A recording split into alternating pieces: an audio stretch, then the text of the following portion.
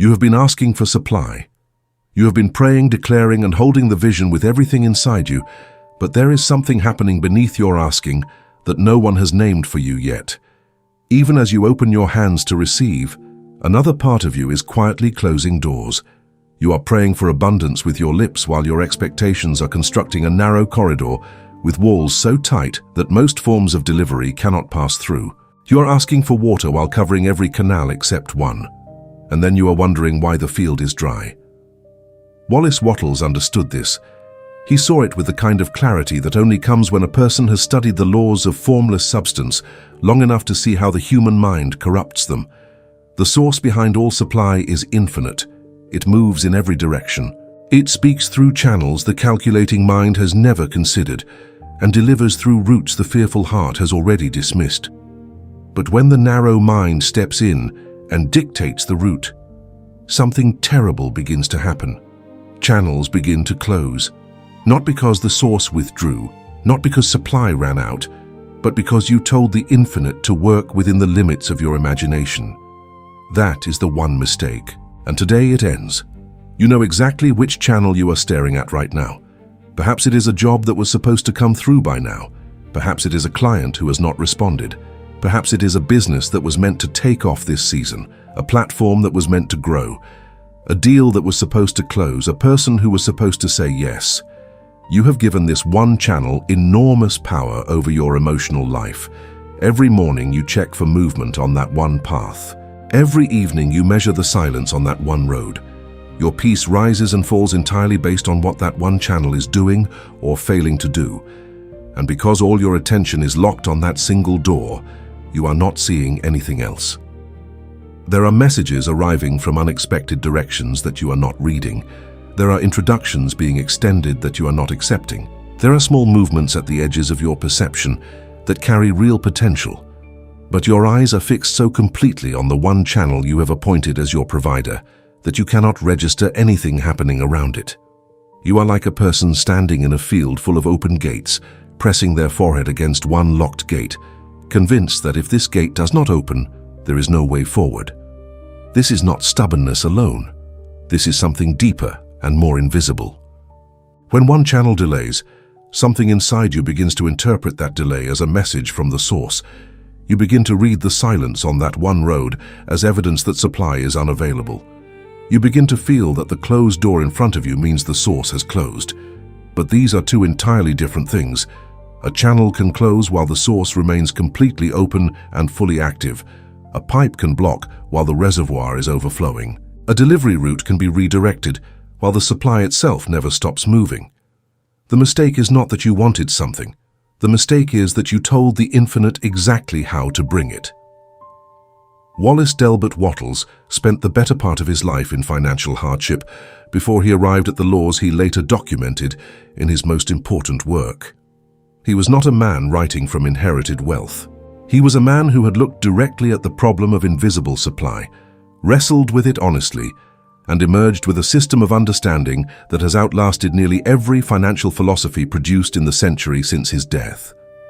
What he identified was not a motivation strategy. It was a spiritual law. And like all spiritual laws, it operates whether or not you are aware of it. It does not pause while you figure it out. It works in the direction of your deepest assumptions at all times. What Wattles taught was that the formless substance from which all wealth flows is not governed by the visible channels through which it sometimes passes. Source is not your employer. Source is not your client. Source is not the platform, the product, the deal, or the economic environment. Those are channels. And channels are instruments of delivery, not origins of supply. When you confuse the channel for the source, you place your faith in the instrument instead of the reservoir. You make yourself dependent on the pipe rather than the water. And when the pipe shows signs of weakness, your entire mental and spiritual structure begins to shake. In this teaching, you're going to see the mistake clearly, not as a vague concept, but as a specific pattern operating inside you right now. You are going to understand exactly how channel attachment forms, what it costs you emotionally and spiritually, and precisely how to dissolve it. You are going to receive a practical protocol for redefining your relationship with supply. You are going to walk away from this teaching with a new financial identity, one that is no longer held hostage by any single door. By the time this is finished, you will understand what Wattles meant when he insisted that the way is always open, even when every visible route appears closed. The trap begins with a single sentence spoken inside your mind. It does not announce itself as a limitation. It sounds like reason. It sounds like planning. It sounds like faith with a strategy attached. The sentence is this: it must come through this channel. And once that sentence takes root, a kind of invisible wall begins to form around your perception of supply. Everything that approaches from another direction gets filtered out. Everything that does not match the expected shape gets quietly set aside. You are no longer receiving openly. You are auditing every arrival against an internal picture of what delivery should look like and rejecting everything that fails the test. It must come through this job. That sentence seems innocent. You have invested time there. You have built relationships there. You know the people. You understand the structure. It is familiar, and familiarity feels safe. But when you say it must come through this job, you are not simply describing a preference. You are placing a condition on the source. You are telling the infinite that you will only receive through this one arrangement, and the moment that condition forms inside you, your spiritual receiving narrows to match it. The formless substance that could move through 10 different channels is now being filtered through one gate that you have decided is the official entrance. It must come through this person. You know the person. They have resources. They have influence. They have expressed interest before, so your mind builds an entire financial future around their decision. You calculate when they will respond. You interpret their silence. You check your messages. You reread past conversations. You rehearse what you will say next. Every morning, a portion of your peace belongs to whether this one person moves, and every day they do not move, a portion of your confidence in supply disappears. You have given a single human being authority over your experience of divine provision. The source did not do this, your channel attachment did. It must come through this client. The contract was almost ready. The conversation was going well. The numbers made sense. This was the one. And then something shifted, and the client went quiet, or the deal changed, or the timing failed. And now you are not just disappointed about a lost contract. You feel as though supply itself has been cut off. The loss of one client has translated inside you into the loss of all supply. But this is the trap speaking, not the truth. One client is one channel. The source has never been housed inside one client, and the departure of that client has not diminished the reservoir by a single drop. It must come this month. You set the timeline. Perhaps you had reasons. Perhaps there were real financial pressures shaping the deadline. But somewhere along the way, the timeline stopped being a goal and became a condition. Now the month is almost over, and the money has not arrived, and you are not simply concerned about cash flow. You are spiritually panicking. You are reading the end of the month as a verdict from the universe, but the source does not operate on calendar pressure. The source operates on the alignment between your inner state and the formless laws that govern its movement. Deadlines in the visible world do not override the mechanics of invisible supply. It must come as cash. You named not just the channel, but the form. You know what supply looks like. It looks like a bank transfer. It looks like a payment notification. It looks like a number going up on a screen. And when supply arrives in another shape, when an unexpected opportunity appears, when a resource becomes available that is not denominated in the currency you expected, you do not register it as delivery. You set it aside. You keep waiting for the cash while a different form of real wealth is sitting right beside you, unacknowledged and unused. It must come through my current skill. You know what you are good at. You have built an identity around it. You have spent years developing it. And so supply must move through that skill, because that is who you are and what you do. But what if the source is preparing a channel that draws on a different capacity? What if there is something inside you that has not been named yet, something that wants to be expressed through a new kind of work? The attachment to one skill as the only legitimate vehicle of supply can make you invisible to the very doors that are moving toward you from directions you have not considered. It must come in a familiar way. This is the quietest and most powerful form of the trap. You do not need to name a specific channel. The trap operates through the general requirement of familiarity. If it arrived before in a certain shape, then future arrival must look similar. If it came from a known direction, it should come from a known direction again. But the source is not bound to repeat its methods. The formless substance that creates channels did not exhaust its creativity the first time it moved on your behalf. Each of these sentences, each of these musts, narrows the field of your receiving. And the cumulative weight of all of them together is a life of constant waiting at one locked door. Before we go further, take a moment right now. Feel the weight of what has just been described. Feel whether any of those sentences live inside you. Feel whether you have been holding a channel requirement that has quietly been limiting your receiving. This is not a moment for shame. This is a moment for recognition. And recognition is the first movement of release. If you are ready to release the narrow route and open yourself fully to the channels that Source may choose, leave one comment right now.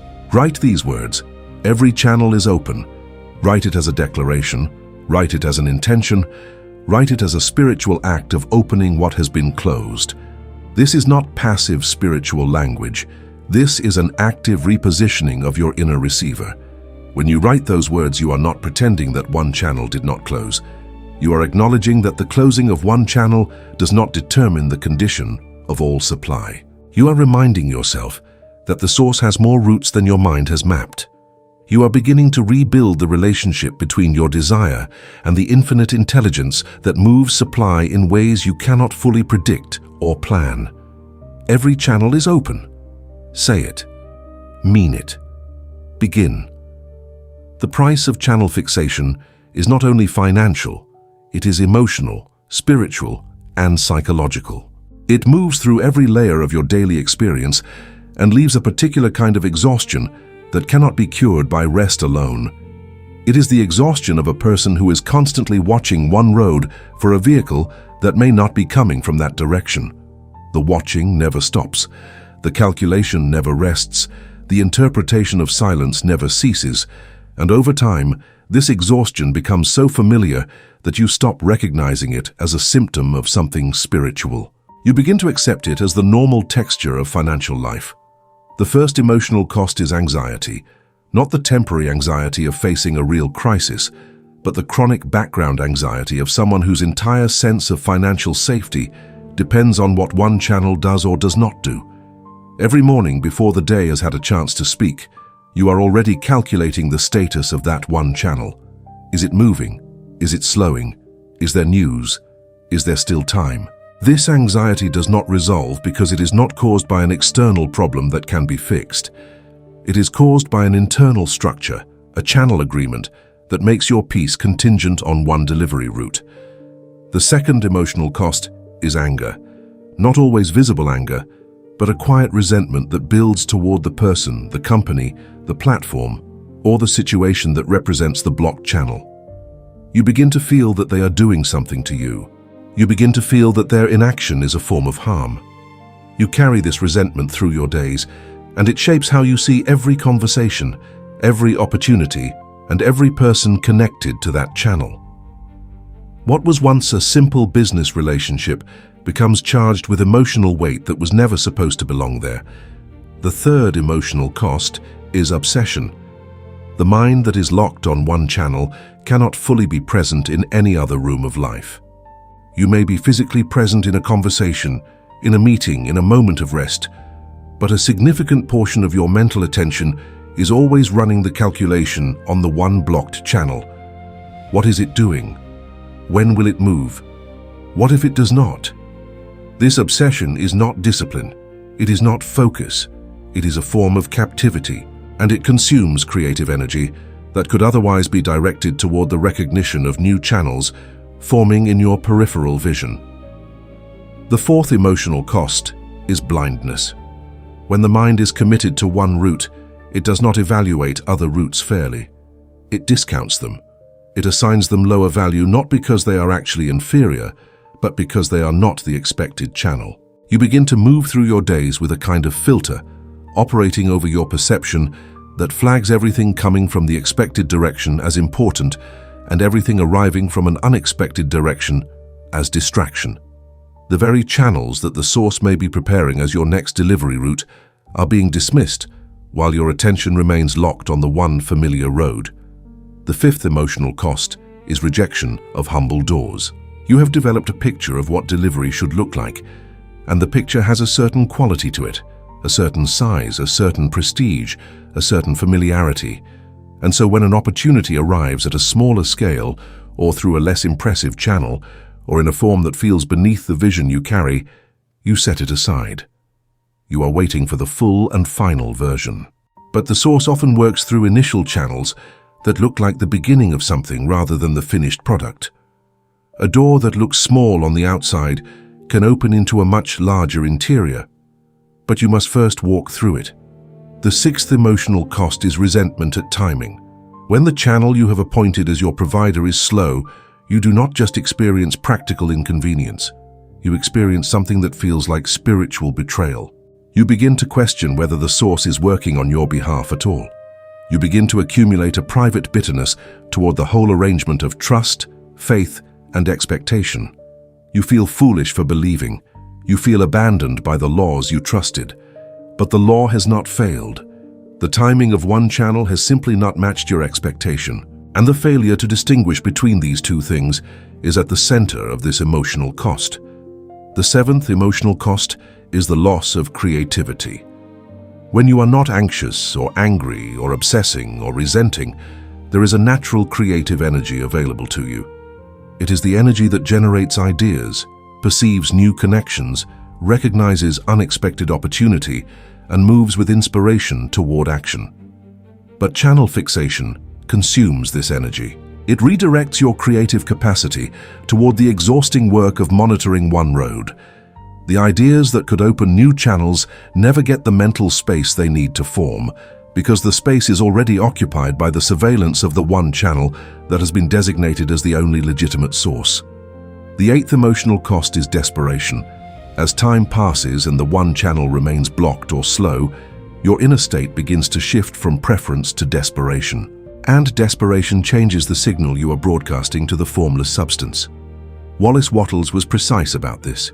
The state of mind you carry is the instruction you transmit to the source. When desperation replaces faith, when urgency replaces trust, when the tightening grip of channel attachment replaces the open hand of receiving, the quality of your inner instruction changes. You are no longer commanding supply from a place of certainty. You are begging from a place of fear, and fear and supply speak different languages. The ninth emotional cost is spiritual discouragement. After weeks or months of watching one channel and experiencing its delays, something begins to shift in your relationship with the source itself. Not just with the channel, but with the idea of invisible supply as a whole. You begin to accumulate doubt, not just about this one channel, but about the entire framework.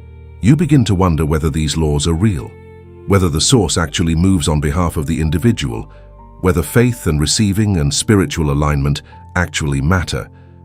But this discouragement is not a spiritual verdict. It is the emotional bruising of someone who has been pressing against one locked door for too long, while an unlocked door stands open just around the corner. The 10th emotional cost is the most insidious. It is the conclusion that the source failed.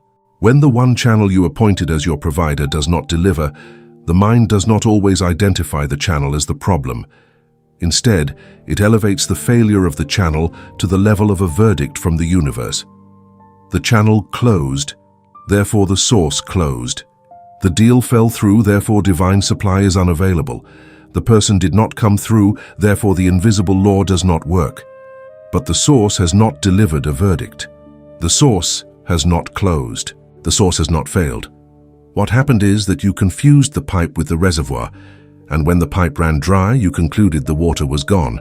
The water was never in the pipe. Wattles did not teach that supply flows through channels of your choosing. He taught something far more expansive and, for many readers, far more challenging. He taught that the formless substance from which all wealth originates is not exhausted by any of its current visible expressions. It is not housed in your employer. It is not contained in your industry. It is not measured by the current condition of your market. The substance that creates wealth is, in his word, formless. It has not taken a final shape. It has not committed to a single route. It moves according to the direction of a mind that is aligned with it, and it creates channels in the visible world that correspond to the inner condition of the person who is receiving. One of the things Wattles was most clear about was the distinction between supply and channel. Supply is the reality. Channel is the current expression of supply. Supply belongs to the source. Channel belongs to the visible world. And the visible world is a product of the invisible law, not the other way around. When you understand this distinction, you stop evaluating your access to supply by looking at the condition of any particular channel.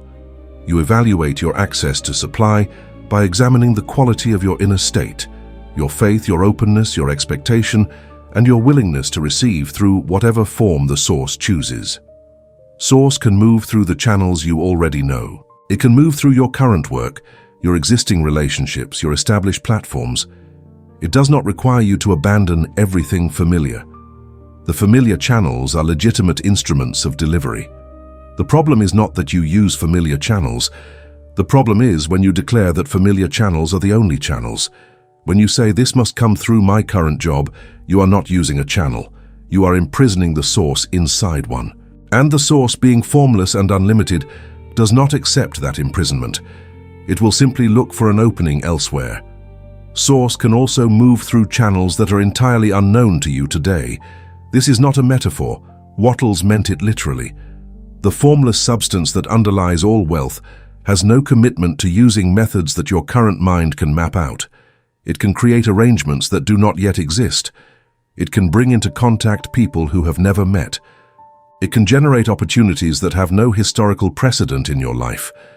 The universe does not need your memory of a previous pattern in order to create a new one. It only needs your willingness to receive something that has not yet appeared. Source can revive old channels that you had set aside or given up on. A relationship that went dormant can become active again. A skill that was not producing can suddenly find a new market. An idea you dismissed years ago can return with a different timing and a different context and carry real financial significance. The source is not bound by your assessment of what is finished. What looks finished from the visible side may simply be between expressions, and the timing of its revival is not in your hands. Your job is to remain open to its return rather than to permanently close the door on its possibility. Source can create entirely new channels through ideas that have not yet formed in your mind. An insight can arrive that opens a direction you have never explored. A problem can reveal itself as the precise need that your particular capacities are positioned to address. A conversation can spark a connection that leads through steps you could not have planned to a channel of supply you could not have predicted. This is not wishful thinking. This is the actual mechanism of how new channels form. They begin with an open inner state, move through an unexpected insight, and take shape through a series of actions that were not planned by the calculating mind, but were recognized as right when they appeared. Source can use people as channels, without those people even being aware of their role in the delivery. The person who mentions your name in the right conversation, the person who forwards one message, the person who makes one introduction, these people are not your providers. They are instruments being used by a source that is orchestrating delivery through human relationships in ways that no single mind can fully trace. When you become attached to one person as your financial channel, you are not just limiting your receiving, you are misidentifying the source. The person is a pipe, the source is the reservoir, and the reservoir has access to many more pipes than the ones you can see from where you are standing. Source can use timing as a channel. The right moment for something to arrive is not always the moment your anxiety is demanding. There are alignments happening in the invisible field that prepare the way for supply to move through visible channels at the exact time those channels are ready to receive it. This is not a consolation offered to discourage urgency, it is a law. And resisting that timing through desperation does not accelerate delivery. It introduces interference that slows the very movement you are trying to force. Trusting the timing of the source is not passivity. It is the faith of a person who understands that the source sees a wider picture than the one visible through the narrow window of one blocked channel. There is a belief living inside you that needs to be named before it can be dissolved. It is not a loud belief. It does not announce itself as a mistake. It presents itself as loyalty. It presents itself as focus. It presents itself as the reasonable attitude of a person who knows what they want and is committed to getting it. The belief is this channel is my supply, not one possible expression of supply, not one current instrument of delivery, but supply itself.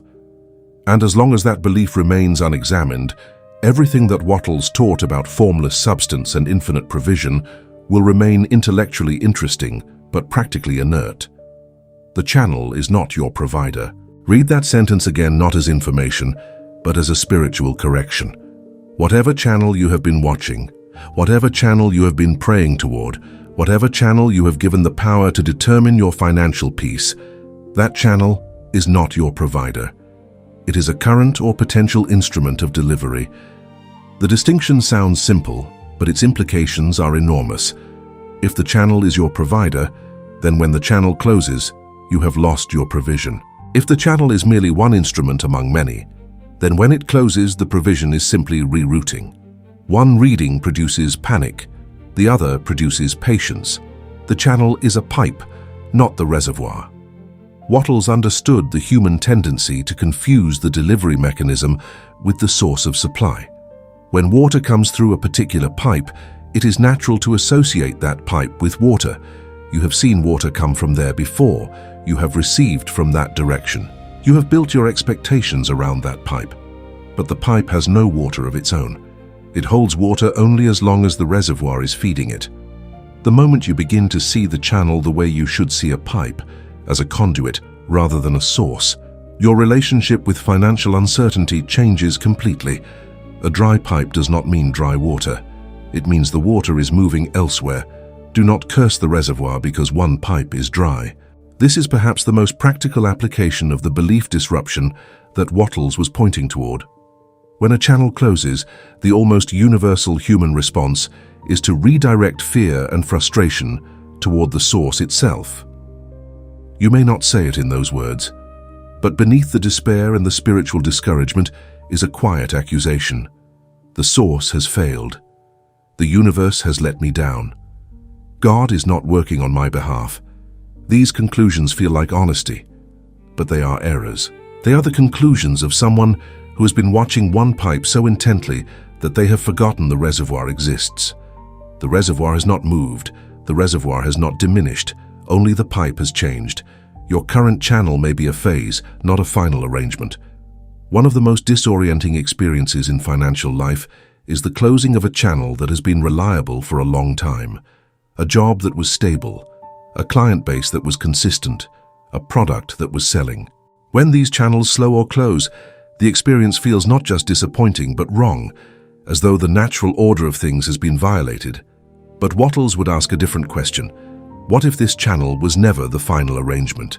What if it was the arrangement that was appropriate for a particular season of your development, and the closing is not a punishment, but a promotion? What if the source is not withdrawing supply, but redirecting you toward a channel that matches who you are now?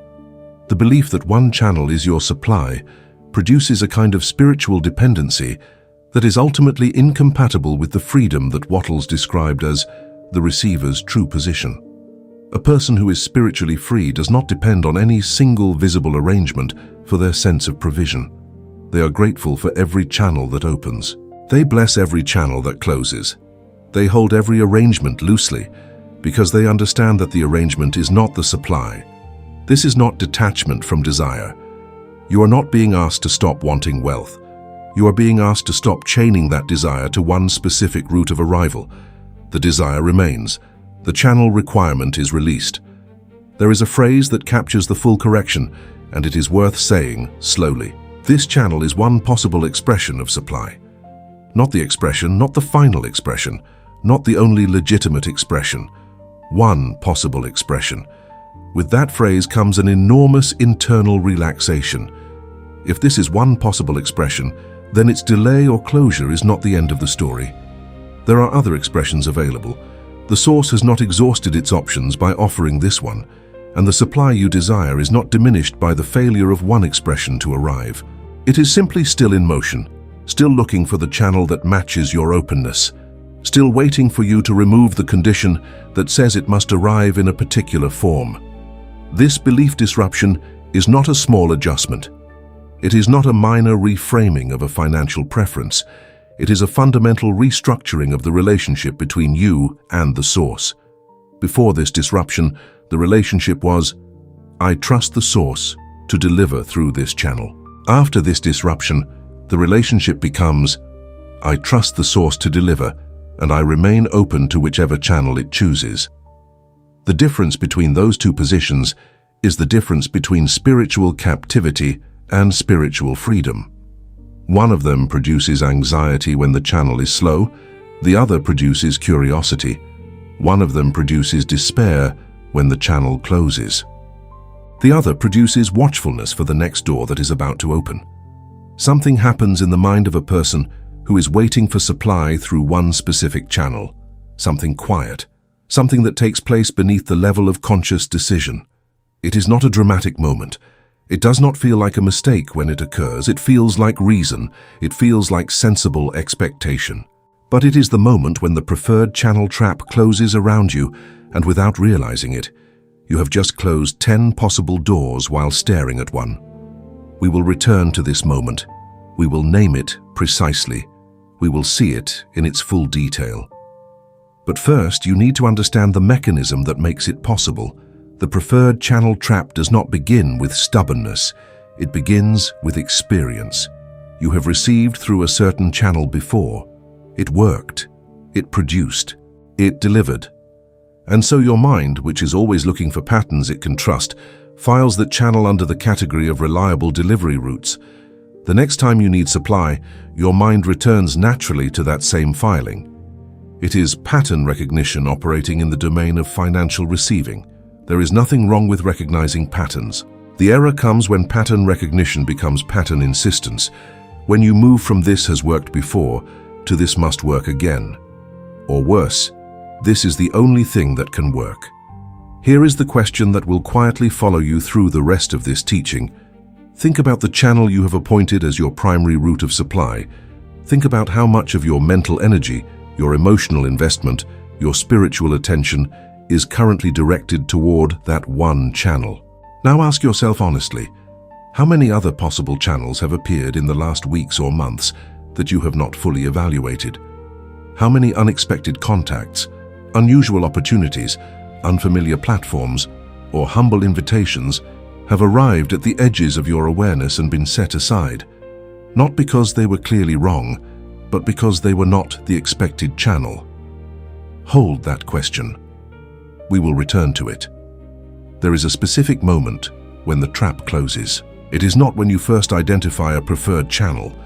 It is when you begin to measure every other possible channel against the preferred one and find them inferior.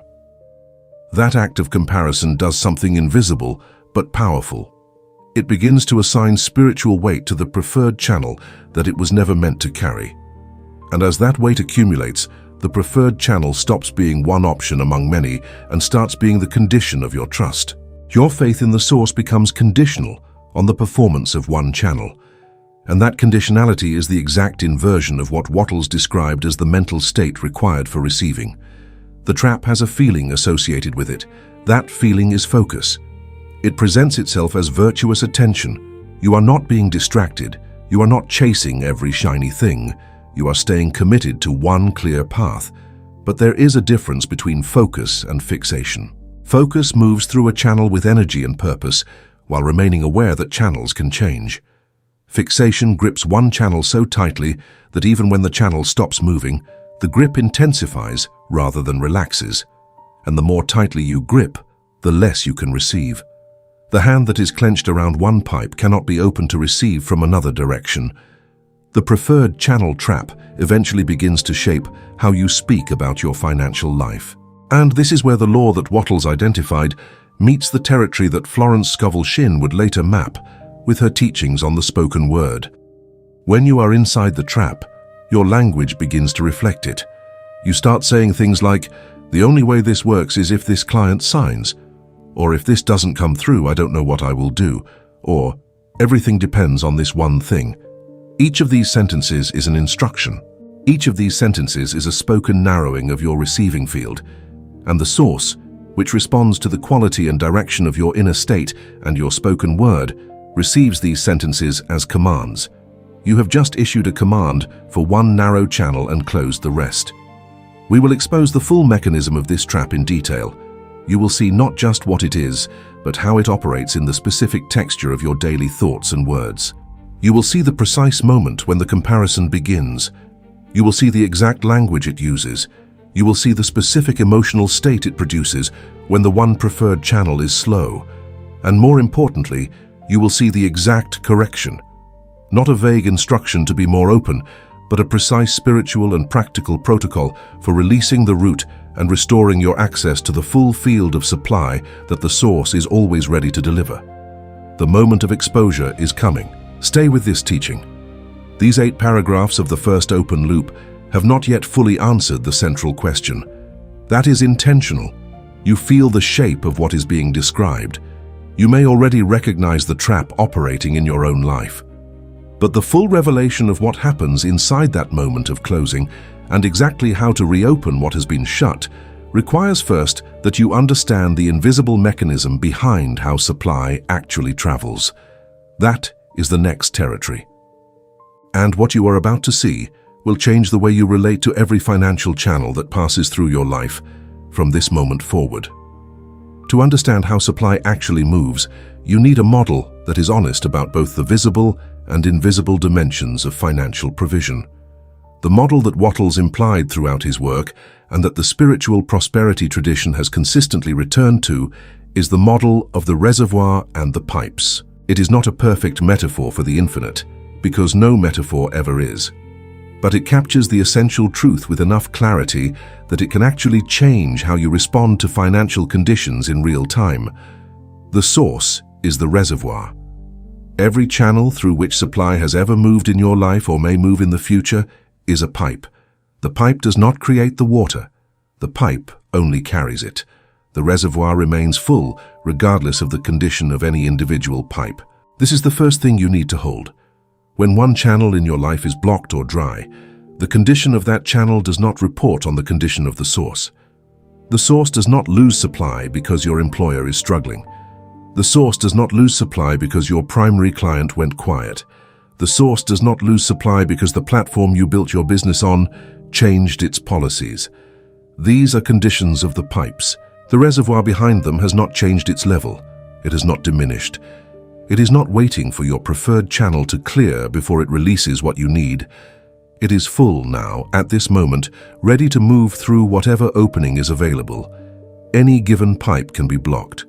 Blockages happen in the visible world for reasons that are sometimes in your control and often are not. Economic conditions shift. Relationships change. Industries evolve. Platforms adjust.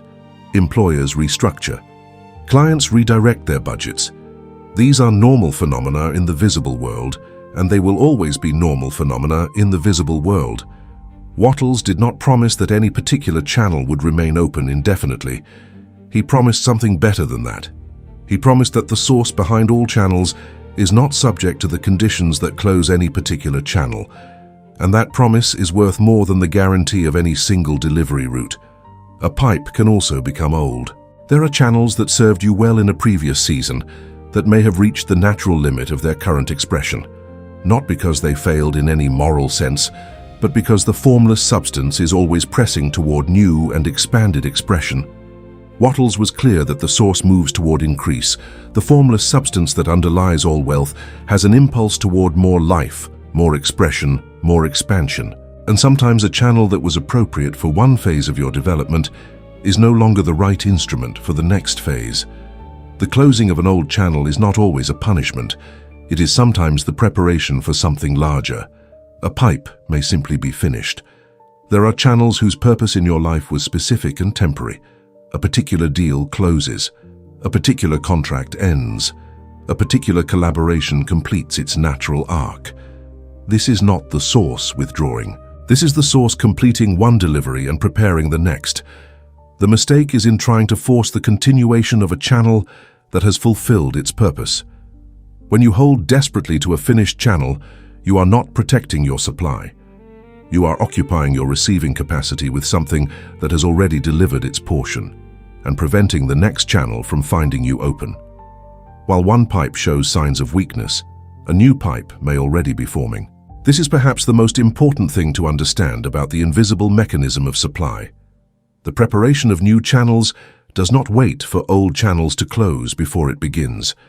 While you are still receiving through one route, the source may already be arranging the materials for another. While you are still focused on one door, another door may be completing its construction. The problem is that you cannot see the new pipe forming when all your attention is fixed on the old one. Openness is not just an emotional posture. It is the perceptual condition that allows you to recognize what is already approaching from an unexpected direction. You must not worship the pipe. This instruction from Wattles is both simple and radical. Gratitude for the channel is appropriate, appreciation for the delivery is right. But worship of the pipe, which is what happens when you place your faith, your peace, your spiritual certainty, and your daily emotional stability in the performance of one visible arrangement, is a spiritual error. It is a form of idolatry applied to financial life. You have taken a channel which is a created thing and given it the position that belongs to the source, which is the creator of channels. And when the created thing fails to perform, you experience it as a cosmic crisis because you gave it cosmic authority. Gratitude is not just an emotional practice. In the model Wattles described, gratitude is a technical act of alignment. When you hold genuine gratitude for the supply you have received and for the supply that is on its way through channels you have not yet recognized, you are maintaining the inner condition of the receiver. You are signaling to the formless substance that the pipeline is open, that the receiving end is clear, that you are present and ready and expecting delivery. Gratitude keeps the receiver clean. Desperation, by contrast, creates a kind of inner static that interferes with the clarity of the signal you are sending. You cannot transmit the signal of an open and expectant receiver when the inner landscape is dominated by panic. Desperation tightens around one route. This is one of the most precise psychological observations in the entire Wattles framework. Under normal conditions, you might maintain a general openness to various channels, but the moment desperation enters, your mind does not expand outward to consider more options. It contracts inward toward the one channel you are most familiar with, the one that has worked before, the one you understand. Desperation and channel fixation reinforce each other. The more desperate you become, the more you fixate on one channel. The more you fixate on one channel, the more desperate you feel when it delays. This is the trap feeding itself, and the only way out is not more effort directed at the one channel. It is a genuine expansion of inner openness. Openness allows recognition. When you are not contracted around one channel, something remarkable becomes possible. Your perception of the field of supply expands. You begin to notice things that were always present but previously invisible. A connection that seemed irrelevant suddenly appears significant. A conversation that seemed like small talk reveals a genuine opening. An email that seemed like noise contains a specific offer that matches your actual need. An old relationship that seemed finished surfaces with new possibilities. These things were not created by your openness. They were already forming. Your openness simply gave you the perceptual capacity to recognize them. Closed perception does not receive what it cannot see. New channels often look small when they first appear. This is a critical aspect of how invisible supply enters the visible world. The mechanism of new channel formation does not always begin with a large and obvious arrival. It often begins with something that looks modest, informal, or incomplete. A small first payment, an initial introduction, a trial project, a single conversation, a modest offer that does not yet reveal what it will grow into. The person who is conditioned to wait for large and obvious arrival will dismiss these small beginnings. The person who understands that new channels often look small at their inception will receive them with full attention and will act on them with the same seriousness they would bring to the largest opportunity. Small channels can widen. This is the completion of the principle. What begins as a trickle can become a flow. What begins as an introduction can become a primary source of income. What begins as an experiment can become a foundation. But the widening is not automatic. It requires your recognition, your engagement, your action, and your willingness to walk through a door that does not yet look like the door you were expecting. The source does not always show you the full width of a channel before it asks you to step through. Sometimes the widening happens during the stepping. You enter a small channel with full commitment, and you discover its full capacity through the act of walking forward. There is a distinction inside the act of spiritual receiving that almost no one is taught clearly, and its absence is responsible for enormous confusion and unnecessary suffering. The distinction is between the command and the plan. Both of these live inside the mind of a person who is seeking supply. Both feel like part of the same act, but they are fundamentally different in their nature and in how they interact with the source. Confusing them is not a minor theological error. It is a practical mistake with real consequences for how supply moves through your life. A command is the clear, confident statement of what you desire. It is the inner position of a person who has decided what they want, who holds that desire with certainty and expectation, and who maintains that certainty regardless of what the visible world is currently showing them. When Wattles spoke of forming a clear mental image and holding it with an attitude of faith, he was describing the command. The command says, "I receive supply. I receive financial provision. I receive the resources that correspond to the life I am called to live." The command is unconditional. It does not require the visible world to confirm it before it is held. It does not depend on the performance of any specific channel. It is the inner instruction you give to the formless substance. A plan is the current working theory about how the desire might arrive. The plan says, through this client, through this project, through this particular channel. The plan is useful as an organizing principle for action. It gives you a direction to move in. It helps you prioritize the open doors in front of you. There is nothing wrong with having a plan. The problem arises when you fuse the command with the plan, when you attach your desire so completely to one method of arrival that the desire becomes inseparable from the method. When that fusion happens, the failure of the plan feels like the failure of the command, and a person whose inner command has died is no longer sending a clear signal to the formless substance. They have cancelled their own order. The command must remain alive even when the plan changes. This is the spiritual discipline that Wattles was pointing toward when he insisted that faith must not waver regardless of visible conditions. If you have placed your entire inner certainty inside one specific plan, then every obstacle that plan encounters will shake your command. Every delay will introduce doubt. Every partial failure will tempt you to revise the desire downward. But the command and the plan are not the same thing. The plan can be completely revised without touching the command. A different method can be chosen, a different channel can be explored, a different route can be walked, all while the original command, the desire for real supply and genuine provision, remains completely intact. If the plan fails and you have identified your desire with the plan, the desire dies with the plan. You have experienced this. You know the feeling. The deal fell through and something inside you did not just experience disappointment about the deal. Something inside you began to question whether the desire itself was still valid, still realistic, still worth holding. You began to revise your expectations downward. You began to tell yourself a smaller story about what was possible. This is the inner death of the command through identification with a failed plan. And Wattles would say that this is not realism. This is the most destructive form of financial error. You have not learned from a failed channel. You have allowed a failed channel to teach you that supply is unavailable. And that lesson, accepted internally, becomes the next instruction you send to the formless substance. Source needs flexibility. This is not poetic language, it is a description of how invisible supply actually moves into visible form. When you hold your command clearly but your hands remain open about the method, the source has what it requires to move through the best available channel. It can respond to changing conditions. It can redirect around obstacles. It can use new instruments. It can bring together people and circumstances and timing in combinations that your planning mind never considered. But when your hands are clenched around one specific method, and when your peace and faith depend entirely on that method, you are not giving the source the flexibility it needs to work. You are not cooperating with the law, you are resisting it while asking it to deliver. Rigidity blocks. This is one of the simplest and most verifiable statements in the entire spiritual prosperity tradition.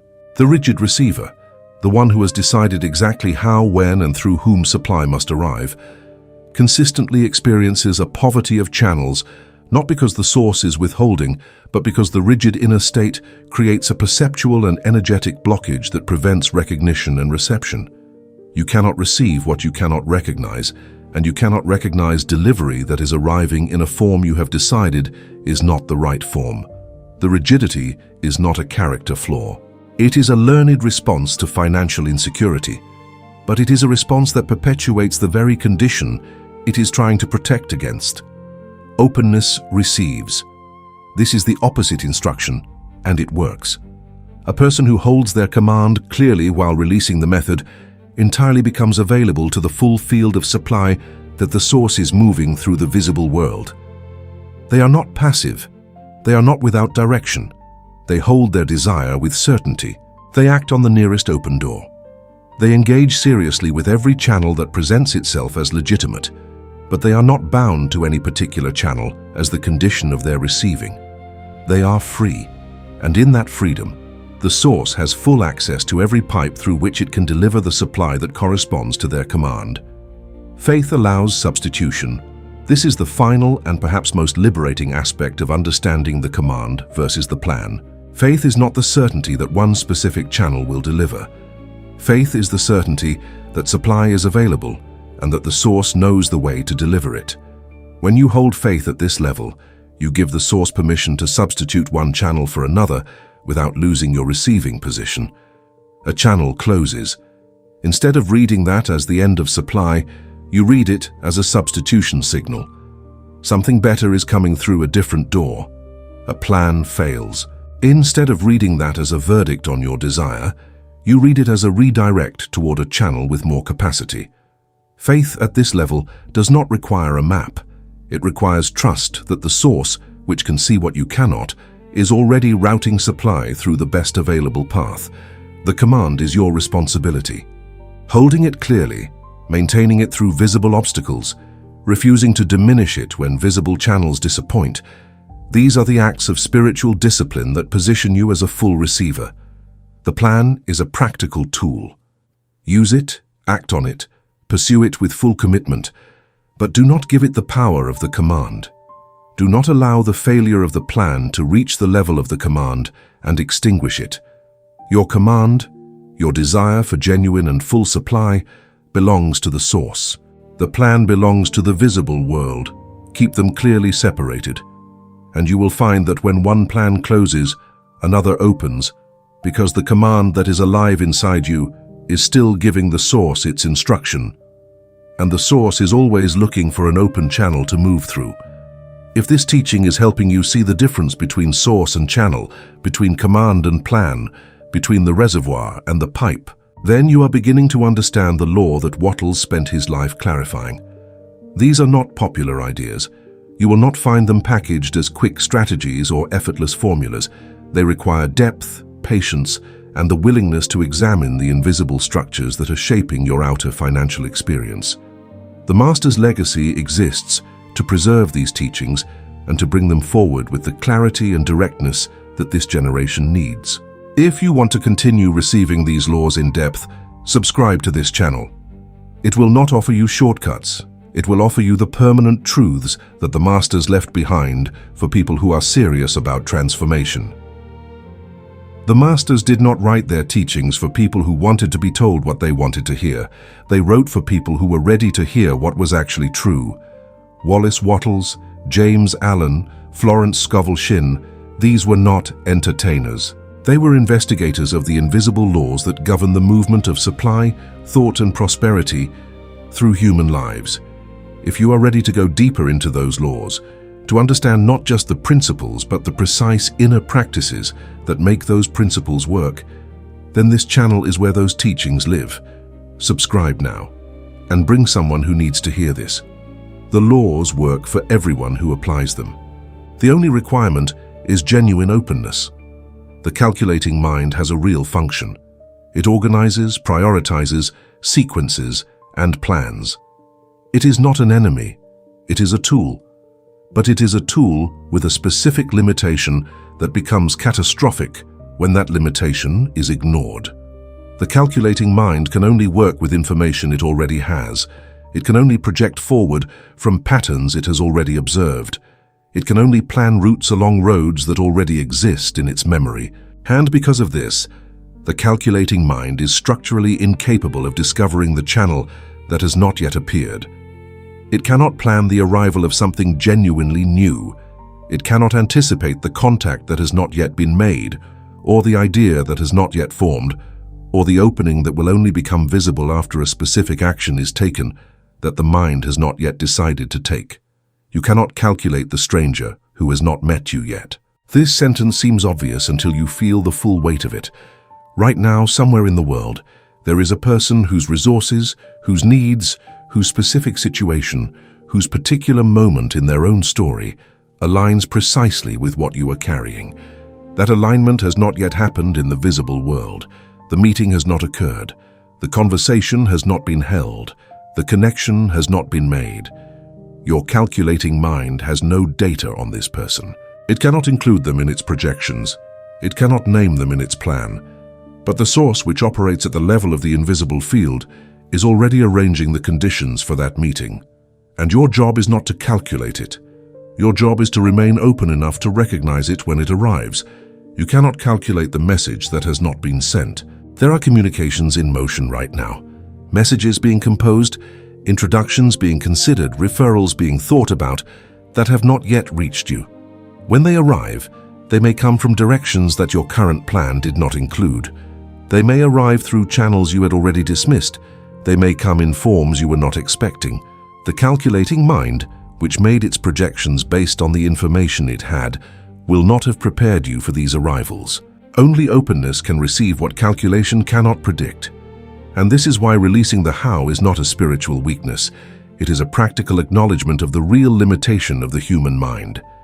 You cannot calculate the door that opens only after surrender. This is perhaps the most counterintuitive law in the entire domain of spiritual supply. There are channels that do not become available until the moment of genuine release. They are not available while you are gripping the previous channel. They are not visible while you are pressing your face against the locked door. They come into your awareness, into your perception, into the field of your possible action, only at the moment when you stop demanding that supply come through the one route you had designated. This is not spiritual theory. It is the repeated experience of people who have practiced radical openness and discovered that the very act of releasing the expected channel created the conditions for an unexpected one to appear. The mind's inability to calculate the how is not a deficiency to be overcome by more planning. It is an invitation to a different quality of trust. When you stop trying to figure out how supply will arrive, something shifts in your inner state. The exhausting work of monitoring one channel and calculating its probability and measuring its delays, all of that work stops. And in its place, a different kind of awareness becomes possible. A quieter, more receptive, more perceptive awareness that is actually capable of noticing the unexpected channels that the calculating mind was too busy to see. This is what Wattles meant when he spoke of holding the vision while releasing the method. The vision belongs to you. The method belongs to the source, and the source has infinitely more creative options than the mind that is gripping one road and calling it the only way. The freedom that comes from releasing the how is not the freedom of someone who has given up. It is the freedom of someone who has transferred the logistics to a superior intelligence. You would not insist on navigating your own ship through waters you have never sailed if you had access to a navigator who knew every current, every depth, every hidden reef. The source knows the field of supply in ways your calculating mind cannot access. Trusting the source with the how is not passivity. It is the intelligent act of a person who understands the difference between what is theirs to hold and what is not. Consider a farmer. This farmer tends land that could produce abundantly if it receives consistent water. The land is good. The soil is fertile. The seeds are real. Everything required for a harvest is present, except one thing: the water must reach the field, and water is available. There are multiple irrigation canals that could, if used properly, carry water from the river to every part of this land. The river itself is full. It has not slowed. It has not dried. The water exists in more than sufficient quantity for everything this farmer hopes to grow. The only question is whether the canals are open. But this farmer has made a decision. Over the years, one particular canal has been the canal they used. It is the one they dug first. It is the one they understand. It is the one they have repaired before, the one whose path they know by memory, the one that has reliably brought water to the central part of the field. They know this canal, and so through long habit, they have come to think of this canal not merely as a canal, but as their source of water. When this canal is clear and flowing, the farmer feels secure. When it slows, the farmer feels afraid. One season, that familiar canal becomes blocked. Something upstream has shifted. A fallen tree, a collapsed embankment, a change in the terrain. The water cannot move through it the way it once did. And the farmer, who has invested so much trust in this one canal, does not immediately look for another route. They stare at the blocked canal. They try to force it open. They dig at the obstruction with increasing frustration. They spend their days and their energy at the site of the blockage, working harder and harder on a canal that the conditions may have permanently changed. Meanwhile, other canals are possible. There are other natural channels in the landscape, other low points in the terrain where water could be directed, other routes between the river and the field. Some of them are slightly different paths. Some of them require a different kind of attention, a different angle of approach, a different willingness to see the landscape in a new way. But they are real. The water could move through them. The field could be irrigated. The harvest could still be made. But the farmer is not looking at them. The farmer's eyes are on the blocked canal. The farmer refuses each alternative. Every time someone points to a different possible route, the farmer finds a reason to dismiss it. That canal is not in the right place. That channel would require new work. That direction does not match how things have always been done here. That path is unfamiliar and therefore suspect. Each refusal feels to the farmer like reasonable judgment. They are not being careless. They are being discerning. They are holding to the standard they know, but their discernment is not protecting the quality of the water. The water is the same water regardless of the canal. Their discernment is only protecting their attachment to the familiar canal. And that attachment is drying the field. The field begins to dry. Not because the river ran out, not because the season turned against the harvest, not because the land stopped being fertile or the seed stopped being real. The field is drying because the farmer has chosen one channel and blocked every other. The very fertility that was supposed to produce the harvest is now being wasted through channel refusal. And the farmer, surveying the dry field, does not identify the canal refusal as the problem. The farmer blames the water. The farmer blames the water. This is the exact spiritual error Wattles was diagnosing. When the visible channel closes and the harvest does not come, the most natural human move is to conclude that the source has withdrawn. The river must be low. The universe must not be providing. God must have closed the supply. But none of this is true. The river is full. The source has not withdrawn. The supply is available.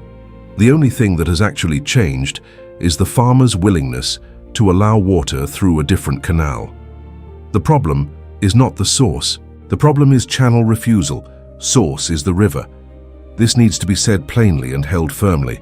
The source from which all supply flows has not changed its character, its fullness, its availability, or its direction because one of your current channels is slow or blocked. The source is the river, always moving, always full, always pressing toward the land that is open to receive it. Your current channels are the irrigation canals. They can block, they can change. They can become obsolete. New ones can be built. Old ones can be reopened. But the river continues to flow regardless of the condition of any particular canal. The question is never whether the river is full. The question is always whether your canals are open. Openness is what reopens the irrigation. When the farmer finally stops pressing against the blocked canal and surveys the landscape with open eyes, something changes immediately. The alternatives that were always there become visible. Routes that were dismissed are reconsidered with fresh attention. Work that seemed unnecessary becomes clearly necessary. And the field, which seemed beyond rescue, begins to receive water again through channels that were always possible but never allowed. This is not a miracle. It is the natural result of removing the refusal. Openness does not create new water. It reveals existing channels and allows the water that was always there to begin moving. The fullness of the river is not in question. Hold this as your final image from the analogy. Whatever is happening in your visible financial life right now, whatever channel has slowed or closed, whatever door has not opened the way you expected, the river is not low. The source behind all supply has not changed. The formless substance is not rationing. The invisible reservoir that Wattles described as the origin of all wealth is full today. It was full yesterday. It will be full tomorrow. The only thing that determines whether that fullness reaches your life is whether you are maintaining open channels or blocking every canal except one. The source is not your problem. The canal attachment is. The interference that blocks supply delivery is not always dramatic. It does not always announce itself as fear or panic or denial. Sometimes it looks entirely rational. Sometimes it looks like professional standards. Sometimes it looks like self-respect. Sometimes it looks like the reasonable application of discernment. But beneath the reasonable-sounding explanations, the same mechanism is operating. The preferred channel, the familiar route, the expected form, has been given veto power over everything that does not resemble it. A person who refuses a side income because it is not prestigious has placed a condition on supply that the source did not place. The source does not categorize channels by prestige. The formless substance does not respect hierarchies of professional appearance. Money moves through the channel that is open. When you refuse a channel because it does not carry enough status, you are not maintaining standards. You are blocking delivery, and the supply that was available through that humble channel does not automatically reroute to a more prestigious one. It waits for your openness to return. Rejecting a small client because they do not match the ideal client profile is another form of the same interference. The small client is a channel. They have real resources. They represent real exchange. They may be connected to larger clients. They may be the beginning of a relationship that grows. They may simply be a genuine expression of current supply that is available and ready. But the mind that has constructed an ideal channel requirement will set them aside. The ideal client is not here yet, so the real client that is here goes unacknowledged. Ignoring old contacts is a subtle form of channel blocking. There are people in your history who crossed your life at a previous time, who expressed genuine interest, who spoke of possible collaboration, who asked you to stay in touch. Your mind has filed these contacts in the past, and the past is not where you are looking for supply. But the source does not respect your filing system. An old contact who reaches out today with a genuine offer is a current channel of supply, not a historical artifact. Your willingness to revisit what your mind has closed off as finished can open a channel that was never actually closed. Rejecting a platform because it is not your preferred medium is another way the interference operates. You understand one format. You are comfortable in one kind of environment. And so when supply moves toward you through a different platform, a different medium, a different type of offer or opportunity, you do not evaluate it on its actual merits. You evaluate it against the preferred channel, and it loses. Not because it is genuinely inferior, but because it is different. Different means unfamiliar. Unfamiliar means not the expected channel. And so supply is refused again. Refusing advice or insight from an unlikely person is perhaps one of the most costly forms of interference. The source does not only speak through people who match your image of authority or expertise. It can deliver a genuine supply-opening insight through a casual conversation, through an unexpected suggestion, through a person whose background does not fit your picture of a financial guide. The person who is open to insight from any direction receives a continuous stream of useful signals from the field. The person who only accepts guidance from pre-approved sources misses most of what the source is trying to communicate. Waiting only for one specific authority figure's response is a version of the same trap. The promotion can only come from this one manager. The contract can only be approved by this one decision maker. The investment can only come from this one type of investor. When you have identified one person as the gatekeeper of your supply, you have made a human being responsible for what belongs to the source. And that human being, who has their own limitations, their own timing, their own competing priorities, is now carrying a spiritual weight they were never meant to carry. The source has other gatekeepers. The source has other decision makers. The supply does not live in the hands of one person. Clinging to an expired path is the final form of interference worth naming here. Some channels genuinely complete their purpose and close. The industry changes. The product becomes irrelevant. The market moves on. The relationship reaches its natural end. Holding on to an expired path is not loyalty. It is a refusal to allow the source to deliver through a new channel that matches the current moment. And the energy that goes into maintaining attachment to something that has finished could instead be directed toward recognizing what is beginning. The source is not looking backward. The source is always pressing forward toward new expression.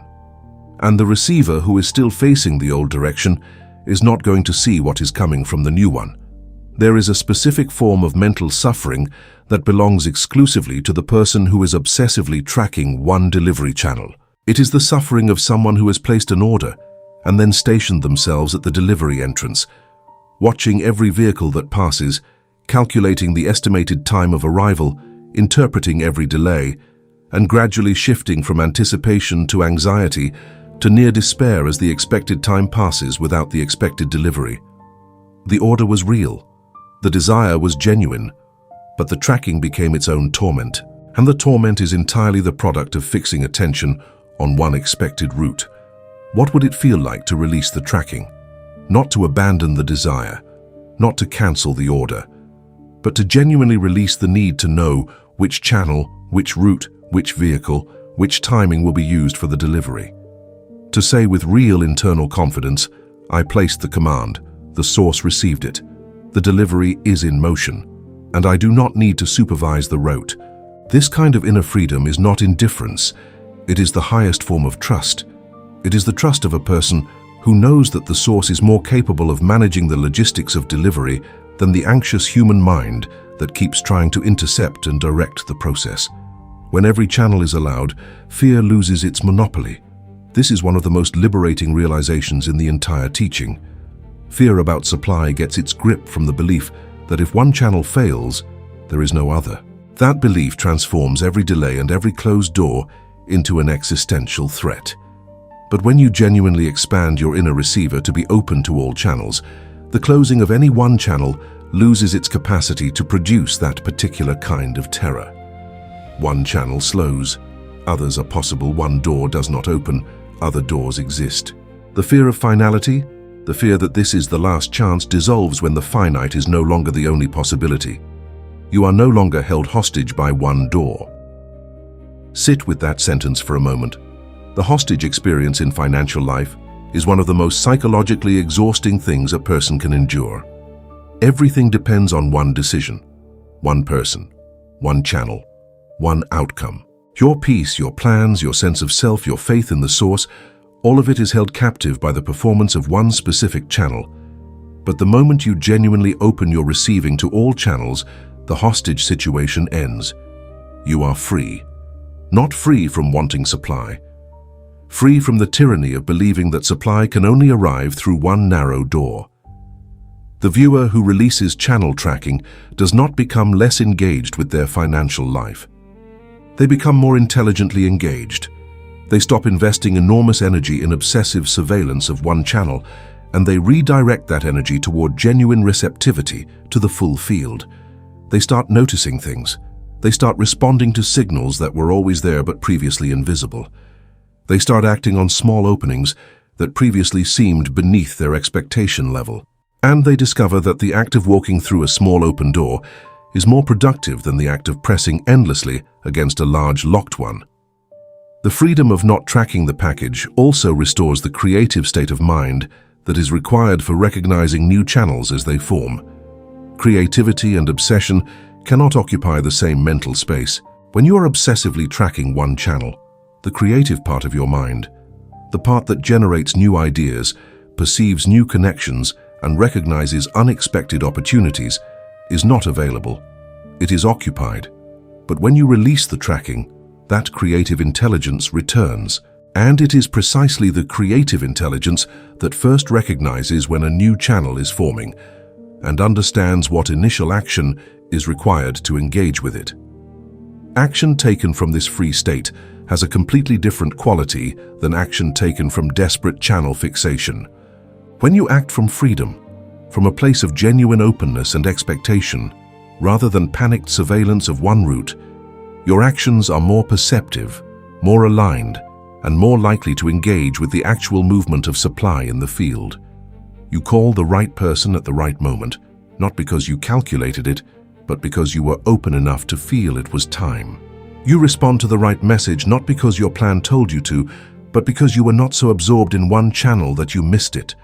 Freedom creates a kind of intelligent responsiveness that fixation permanently destroys. Release does not mean passivity. This must be said clearly. The freedom of not tracking the package is not the freedom of someone who no longer acts. It is the freedom of someone who acts everywhere, that genuine opportunity presents itself, rather than only at the one predetermined point of expected delivery.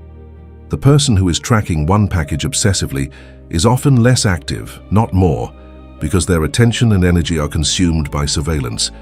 The person who has released the tracking is free to move through the entire field with eyes open, with hands available, and with the full range of their creative and practical capacity engaged. This is how the masters described right action. Not forced action at one channel, faithful action across the full open field of possibility. Everything Wattles taught about receiving begins with clarity of desire. The formless substance does not respond to vague wishes or unfocused longing. It responds to a clear, specific, held image of what is desired. But there is a subtle corruption that enters the desire during the act of clarifying it, and the corruption is this. The desire becomes entangled with the channel. You go to clarify what you want, and you end up clarifying both what you want and exactly how you want it delivered. The what and the how get written together as a single statement, and from that moment, the channel attachment is embedded in the desire itself. The practice of defining the what begins with this act of separation. Take a moment and bring to mind the financial desire you are currently holding. State it clearly in your mind. Notice how it sounds when you first articulate it. Does it sound like I receive this level of income? Or does it sound like I receive this level of income through this client, or through this product, or through this platform? The second form is not a pure desire. It is a desire with a channel condition embedded in it, and that condition is what you are being asked to remove.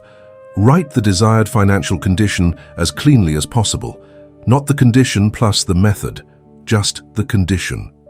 The specific amount, the quality of life, the financial reality you desire, stated without attachment to the mechanism of delivery. This is harder than it sounds. The mind resists it because the channel condition feels like specificity, and specificity feels like clarity. But there is a difference between being specific about your desire and being specific about your channel. You are allowed to be fully specific about the what. You are being asked to release the how. Now, from that written desire, perform the act of removal. Remove any person's name. If the desire currently includes the phrase "through this person," take that phrase out.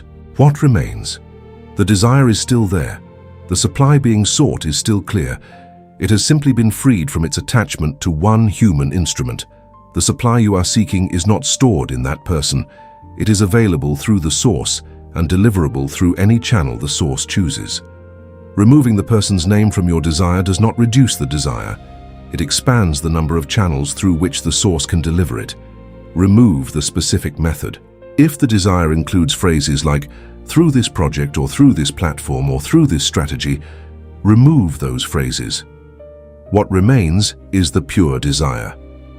The formless substance that Wattles described as the origin of all wealth does not need the method included in the command. It needs the desire stated clearly. The method is the source's jurisdiction. Your jurisdiction is the what.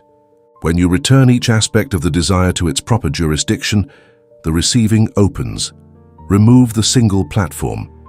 You may have identified one particular professional environment, one digital space, one industry location as the channel through which your supply must arrive.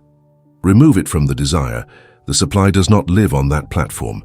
The supply lives in the formless reservoir and can enter the visible world through any channel. Removing the platform requirement is not giving up on your work in that space. You can continue to show up fully and act faithfully in that environment. You are simply releasing the condition that supply can only arrive through it. Remove the single deadline. A deadline used for practical planning and prioritization is a useful tool. A deadline embedded in the desire as a spiritual condition is a trap. The source does not operate under your calendar pressure. When you remove the deadline from the desire, you're not giving up on urgency or relaxing into passivity. You're simply correcting the error of placing a calendar condition on the source. The desire remains active and fully alive. The timing is returned to the source's jurisdiction, which sees everything that must align for delivery to occur in the best possible way. Remove the narrow form. The desire for supply may have been written in a very specific form, not just a specific amount, but a specific type of money, a specific kind of transaction, a specific quality of arrival. Release the form. Supply takes many legitimate shapes. A resource can arrive as cash, as a trade, as a cost elimination, as an unexpected gift, as a new arrangement that replaces a previous expense, as an opportunity that converts into income through a path you did not imagine. The desire for genuine provision is real and valid. The insistence on one specific form of delivery is the channel attachment expressing itself in its most refined and least recognized version. What remains after all these removals is a clear, pure, channel-free desire. And this is what the formless substance can actually work with. This is the real command. This is the inner instruction that does not restrict the source to one route. This is the mental image that Wattles described as the beginning of the process. Hold this desire. Say it clearly. Feel it as a real possibility. Let it be the inner instruction that you carry, not because you are demanding it through one door, but because you know it is available, and you are genuinely open to receiving it through whatever channel the source prepares. The daily practice is to return to this clean desire each morning. Before the calculating mind begins its assessment of the visible channels, before the anxiety has a chance to attach to one blocked door, return to the desire as you have now written it. State it with conviction. Hold it with faith. Release it to the source. This is not a passive act of hoping. This is the active spiritual discipline of maintaining your receiving position throughout the day, regardless of what the visible channels are doing. The desire is yours. The method belongs to the source. This is the proper division of spiritual labor, and it is the beginning of everything that follows. Releasing the how is not a one-time decision. It is a daily practice of correction, because the how reasserts itself continuously. The calculating mind does not stay released for long. Within hours of a genuine surrender, it returns to the work of attaching the desire to one specific channel. It will find reasons that sound intelligent. It will offer you probability assessments. It will remind you of past patterns. It will return again and again to the familiar channel and begin rebuilding the attachment. Releasing the how is not a moment. It is a spiritual habit. Begin the practice by naming the channel you are attached to. Do not be vague. Be specific. Name the person, the platform, the deal, the job, the client, the strategy, the method that your inner agreement has designated as your supply source. Bring it forward clearly into your awareness. This naming is an act of honesty, and honesty is the first requirement of genuine release. You cannot release what you are pretending you are not holding. Name it fully. Acknowledge how much weight you have given it. Acknowledge how much of your peace depends on its performance. This is not self-criticism, it is honest diagnosis. And diagnosis is the beginning of correction. Next, say these words aloud or clearly in your mind. This is a channel, not my source. Say it with the intention of meaning it. Say it not as a formula, but as a genuine repositioning of your inner relationship with that channel. The channel is real. It may still be a legitimate instrument of delivery. You are not denying its existence or its potential. You are simply correcting its rank. It is a pipe, not the reservoir. It is a canal, not the river. It is an instrument of delivery, not the origin of supply. This repositioning is subtle but profound. It does not require you to abandon your engagement with the channel. It requires you to remove from the channel the authority that belongs only to the source. Bless the channel. This instruction may seem strange, but it has a specific spiritual function. Resentment toward a blocked channel, frustration with a slow channel, anxiety about a closing channel, these are all forms of energetic resistance that keep you in relationship with that channel through a negative bond. Blessing the channel dissolves the negative bond without creating a new dependency. You are saying, I received through this channel, or I hope to receive through this channel, and I am grateful for whatever it has carried. I hold no bitterness toward it. I wish it well.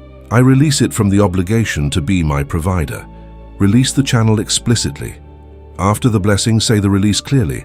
This may look like a prayer, a declaration, or a simple internal statement. The words can be your own, but the intention must be complete. You are removing the channel from the position of designated provider. You are returning that position to the source where it belongs. You are canceling the condition that says supply must arrive through this specific route. You are opening the field. This is not resignation. This is not giving up on your desire. This is the precise act of expanding your receiving from one narrow channel to the full field of channels available to the source. Ask the source to use this channel or a better one. This is the full practice as it was understood in the spiritual prosperity tradition. You are not pretending the channel does not exist. You are not declaring it closed. You are inviting the source to use it if it is the right vehicle, or to use a different vehicle if that serves the desire better. This prayer does not require you to stop working through the channel. It does not require you to close the door yourself. It simply removes your channel attachment and replaces it with genuine openness. The source can now work freely. It can deliver through the familiar channel if that is best. It can redirect through a completely unexpected channel if that is better, and you will be able to receive from either direction because you are no longer locked. After the release, pay attention to what appears, not with anxious surveillance, but with quiet watchfulness. When you release a channel fixation, something in your perception opens. Signals that were being filtered out begin to arrive. Contacts you had not considered begin to seem relevant. Ideas that seemed marginal begin to seem worth exploring. This is not coincidence. This is the natural result of expanding your receiving field. The channels were always forming, the supply was always moving, but your attachment to one channel was narrowing your perception to such a degree that you could not register what was available. Release opens perception. Open perception enables recognition. Recognition enables action. Action opens channels. Do this practice every time you notice the channel attachment reasserting itself.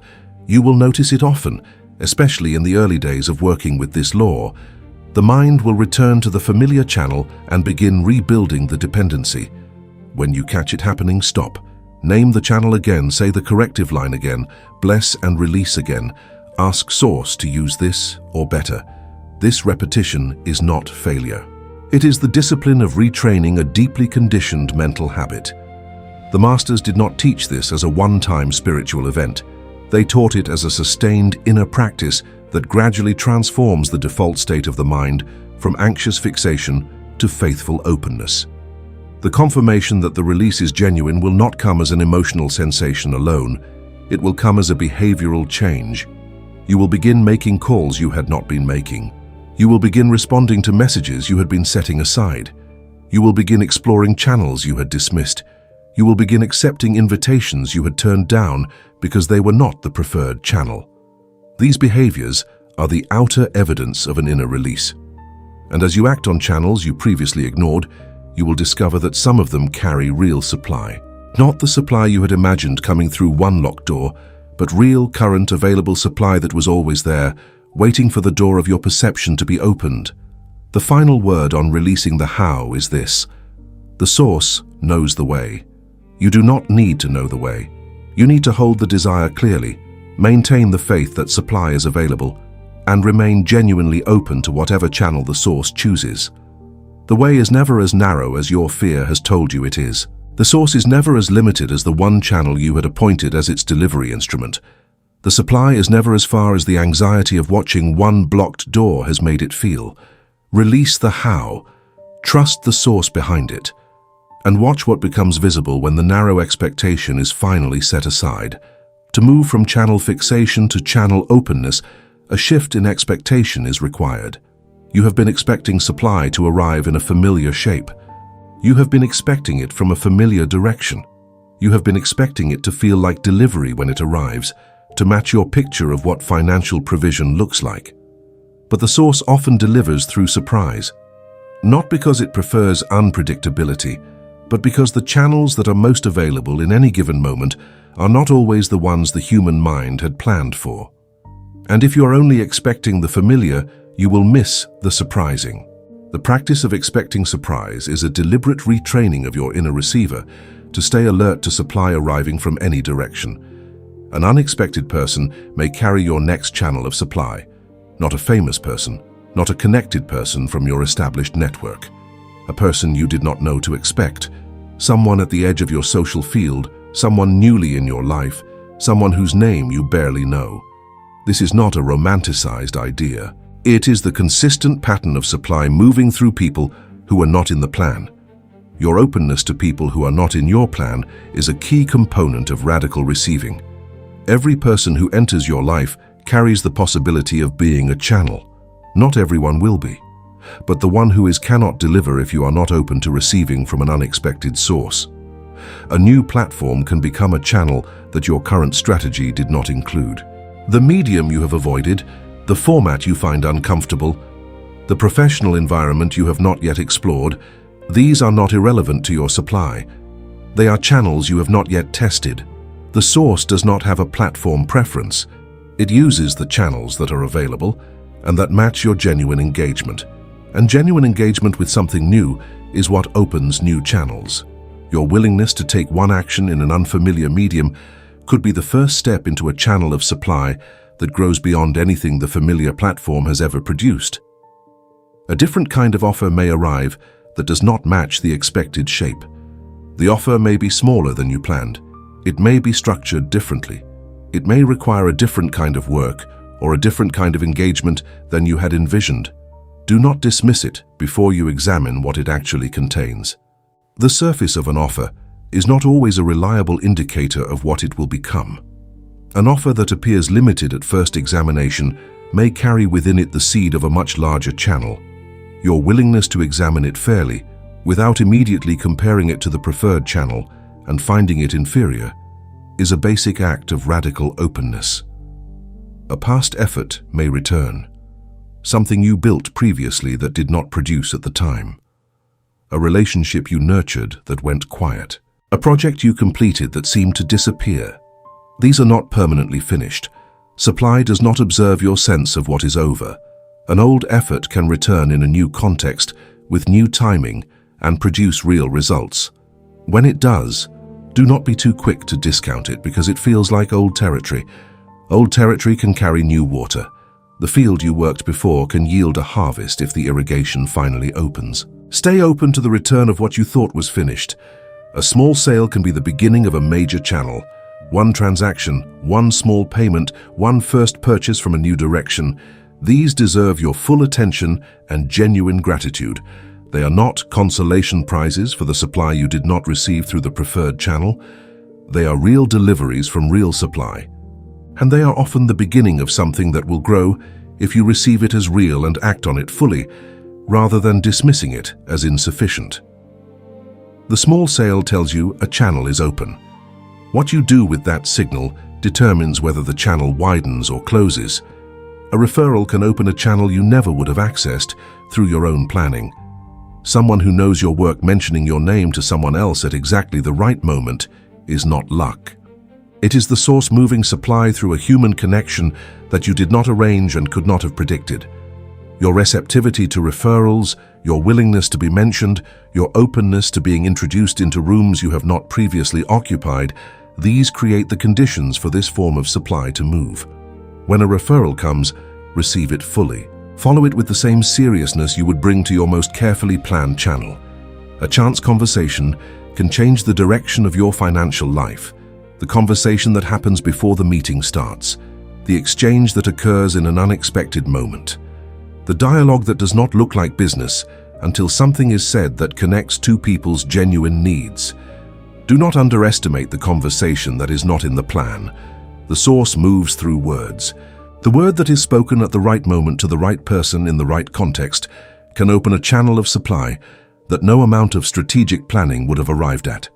Stay present in conversations. Stay genuinely interested in people. The channel can open in a sentence.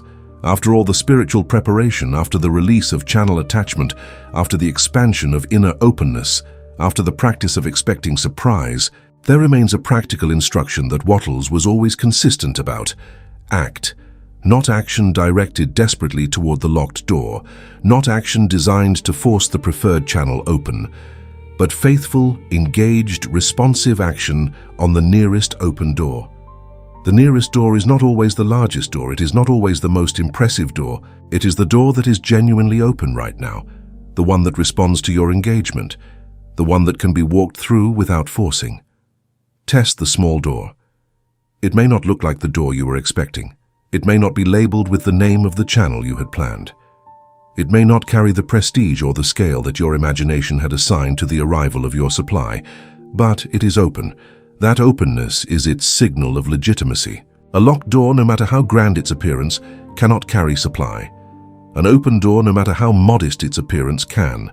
Test it, engage with it fully, give it the same serious attention you would give your most carefully planned channel, and let the testing tell you whether it widens. Answer the message that arrived from an unexpected source, the message that seemed slightly outside your current focus, the message that represented a channel you had not included in your plan. Answer it, not with resignation, as though settling for less than the real thing. Answer it with genuine engagement, because it is the real thing. Every message that arrives from someone with genuine interest in what you carry represents a potential channel of supply, and unanswered messages are closed doors that you closed yourself. Accept the introduction. When someone offers to connect you with another person, when an opportunity to enter a new room presents itself, when a door is held open for you through someone else's initiative, walk through it. The introduction that was arranged by someone else, the meeting that was suggested by a colleague, the connection that was offered by an unexpected person, these are not distractions from your plan. They are the source using human instruments to direct you toward channels that your plan could not have included because they did not yet exist when the plan was formed. Follow the idea. Ideas are channels too. They are internal channels, moments when the formless substance sends direction through the medium of your own creativity and intuition. When an idea arrives with a genuine sense of rightness, an idea for a new approach, a different offer, a creative solution, a different way of engaging with your skills or your work, do not let it sit unexamined. Follow it into action. Test it in the visible world. The idea that arrives at the right moment and is followed with faithful action has the same potential to open supply as any external channel. Sometimes the most powerful channel available is the one that forms inside you and then expands outward through action. Make the offer. There is supply that is waiting for you to ask for it, not through desperation and not through force, but through the straightforward act of making an offer to someone who needs what you carry. The offer that you have been holding back because you were waiting for the preferred channel to respond. The proposal that you drafted but never sent because you were hoping the larger deal would come through first. Send it. Make it. The act of offering is the act of opening a channel in the visible world, and the response you receive, whatever form it takes, is real information about which channels are currently open. Take the call. Not every call will carry supply, but the call you do not take cannot carry supply. The unexpected outreach. The callback you were not expecting. The conversation that was not in your plan. These are moments when the source has arranged a potential connection in the visible world and is waiting to see whether you are available to engage with it. Your availability, your genuine presence and engagement in these moments is a form of channel openness that cannot be replaced by any amount of inner spiritual work done in isolation. The inner work creates the readiness. The outer action opens the channel. Try the new route. There is a direction you have been considering, but have not yet engaged with. Something new, something different, something that does not look exactly like your previous channels, but carries genuine possibility. Try it, not with the expectation of a guaranteed result, not with the demand that it perform exactly like the familiar channel, but with the openness of a person who understands that new channels often take time to widen. Take the first action in that new direction. See what responds, see what opens, see what conversations begin, what ideas form, what connections emerge. The new route may become the next primary channel of supply, but it can only show you that by being walked. There is a reason the channel attachment is so persistent. It is not ignorance, it is not laziness. It is something that feels like wisdom and looks like prudence and presents itself as the responsible management of financial uncertainty. It is familiarity, and familiarity, in the domain of supply, functions as a trap disguised as safety. The familiar channel feels safe not because it is necessarily producing, but because it is known. And when financial life feels uncertain, the mind gravitates toward what is known with an intensity that can override every other form of perception. The familiar channel becomes a psychological anchor, and the person gripping it mistakes the anchor for a lifeline. A familiar job is not the same thing as a secure supply. The job is known. The income history is known. The social identity connected to the job is known. The relationships formed through the job are known. All of this familiarity creates a powerful feeling of safety that is not entirely irrational. But when the job begins to slow, when the income it produces becomes inconsistent, when the arrangement that was once reliable shows signs of instability, the familiar feeling of safety does not immediately update. You keep seeking it in the familiar channel, even as the familiar channel loses its capacity to provide it. This is the false safety trap operating in its most common form. One known customer base can become a trap when it replaces openness to a broader market. You know these customers. They know you. The relationship has history. The language of the engagement is established. And so you continue directing your energy toward maintaining and growing this one familiar base, while the wider market, which may contain channels you have never accessed, remains invisible to your planning. The false safety of the known customer base has made the unknown market feel like risk rather than opportunity. But the risk of exploring the wider market is far smaller than the risk of having your entire supply dependent on one known group. One old identity can become the trap that makes new channels feel threatening rather than welcoming. You know who you are professionally. You know what you do. Your self-concept is organized around one role, one skill, one way of being useful in the world. And when the source begins moving supply through a direction that does not match that identity, you resist it. Not because the supply is not real, but because accepting it would require you to expand beyond the identity that has been your safety structure. But identities, like channels, are meant to evolve. The person you were 3 years ago should be a narrower version of the person you are capable of becoming. The old identity is not the limit of your supply. It is the beginning of it.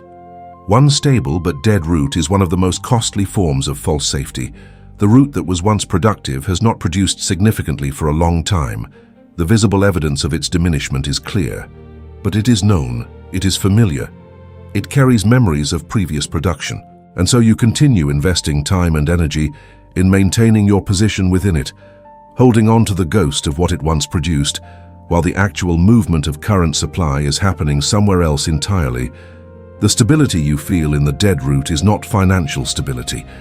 It is psychological familiarity, mistaken for security.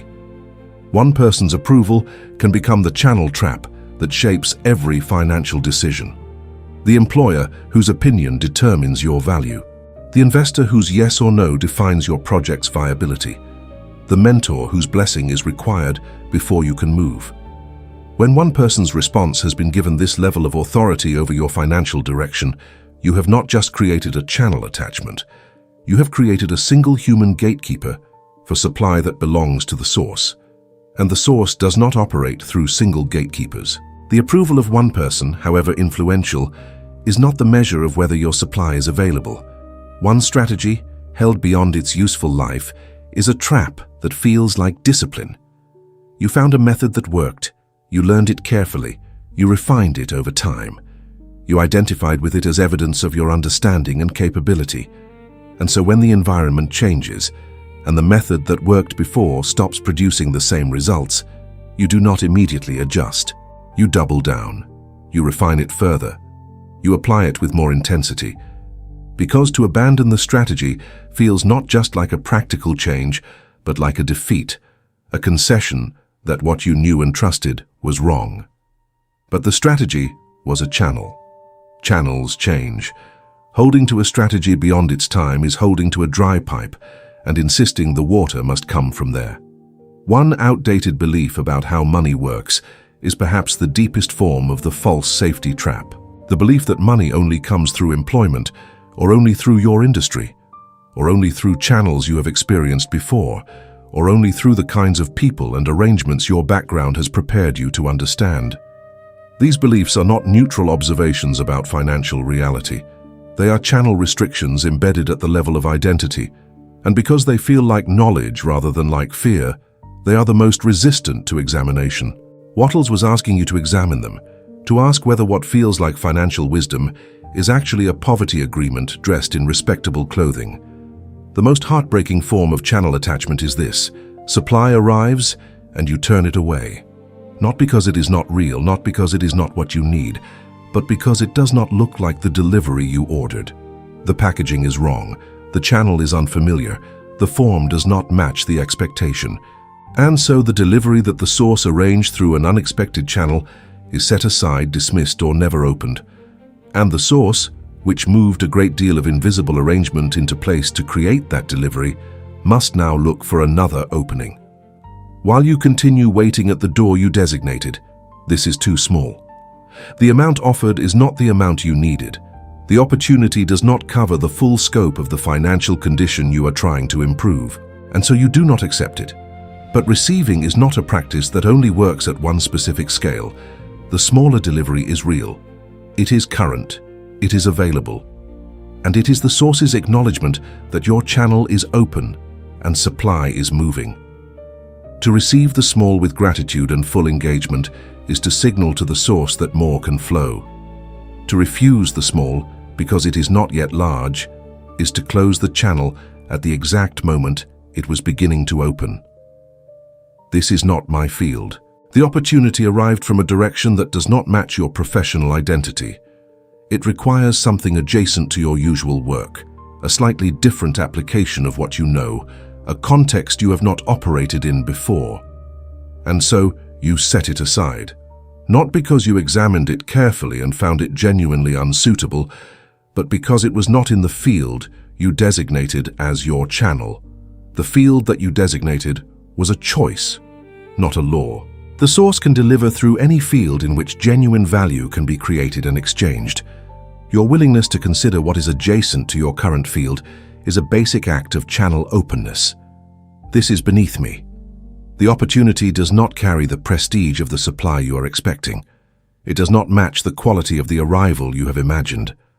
And something inside you reads it as beneath the level of what you deserve to receive. But prestige is not a spiritual law of supply. The source does not calibrate delivery against your professional self-image. It delivers through the channels that are open and that can carry genuine value. A humble channel that delivers real supply is worth infinitely more than a prestigious channel that is blocked. This seems random. The connection between this opportunity and your desired supply is not obvious. You cannot immediately trace the logic from here to there. The channel does not announce its full significance in the first moment of its appearance, and because you cannot see the full route, you dismiss it as coincidence or noise. But new channels rarely announce their full capacity at the moment of first contact. The seeming randomness of an unexpected opportunity is often simply the appearance of a channel whose full significance has not yet been revealed. Your willingness to engage with what seems random is the willingness to let the source show you where it leads. This cannot be the answer. You have been seeking something significant. You have been carrying a real desire for real supply. And the channel that has appeared does not look significant enough to be the answer. It looks too small, too accidental, too outside your planning. And so you conclude it cannot be what you were asking for. But the source does not always deliver in final form on the first channel. It sometimes delivers in initial form, a beginning that reveals itself as the answer only through your engagement with it. The question to ask is not whether this looks like the final answer. The question is whether this looks like a genuine opening. If it is open, walk through it. This is not what I prayed for. You had a specific picture of how the answer would arrive, a specific quality of encounter, a specific type of channel, a specific feeling of alignment. And this does not produce that feeling. It does not match the picture. And so you hold it at arm's length while the picture in your mind continues to wait for something that matches it exactly. But the source did not receive your prayer, and then search for a channel that matches your picture of what the answer should look like. It searched for the best available channel through which genuine supply could move into your life. Those are different searches, and the willingness to let the source answer in its own form is what receiving actually means. Fear has a specific language in the domain of channel attachment. It speaks in sentences that sound like honesty, but are actually contractions of trust. The central fear sentence is this: if this channel fails, I am finished. Not, I will need to find another route. Not, I will need to remain open to supply through other channels, but finished, done, without options. And once that sentence takes up residence in the mind, every delay in the designated channel becomes a brush with finality. The fear is not responding to what is actually happening. The fear is responding to a story about what the absence of one channel would mean. If this channel fails, source remains. This is the correction. Not a consolation, but an actual truth about the structure of reality as Wattles described it. The source that underlies all supply does not live inside any single channel. When the channel fails, the source does not fail with it. The reservoir that feeds the pipes does not empty when one pipe blocks. This correction sounds simple, but the practice of genuinely holding it in the moment when the fear sentence arrives is one of the most demanding spiritual disciplines in the entire protocol. Because the fear sentence arrives with enormous emotional force, and the correction must be held with equal conviction, the fear signal also takes the form of what sounds like preparation. You begin making contingency plans, not from a place of balanced prudence, but from a place of panic about the one channel's delay. These plans are not genuinely exploring new channels.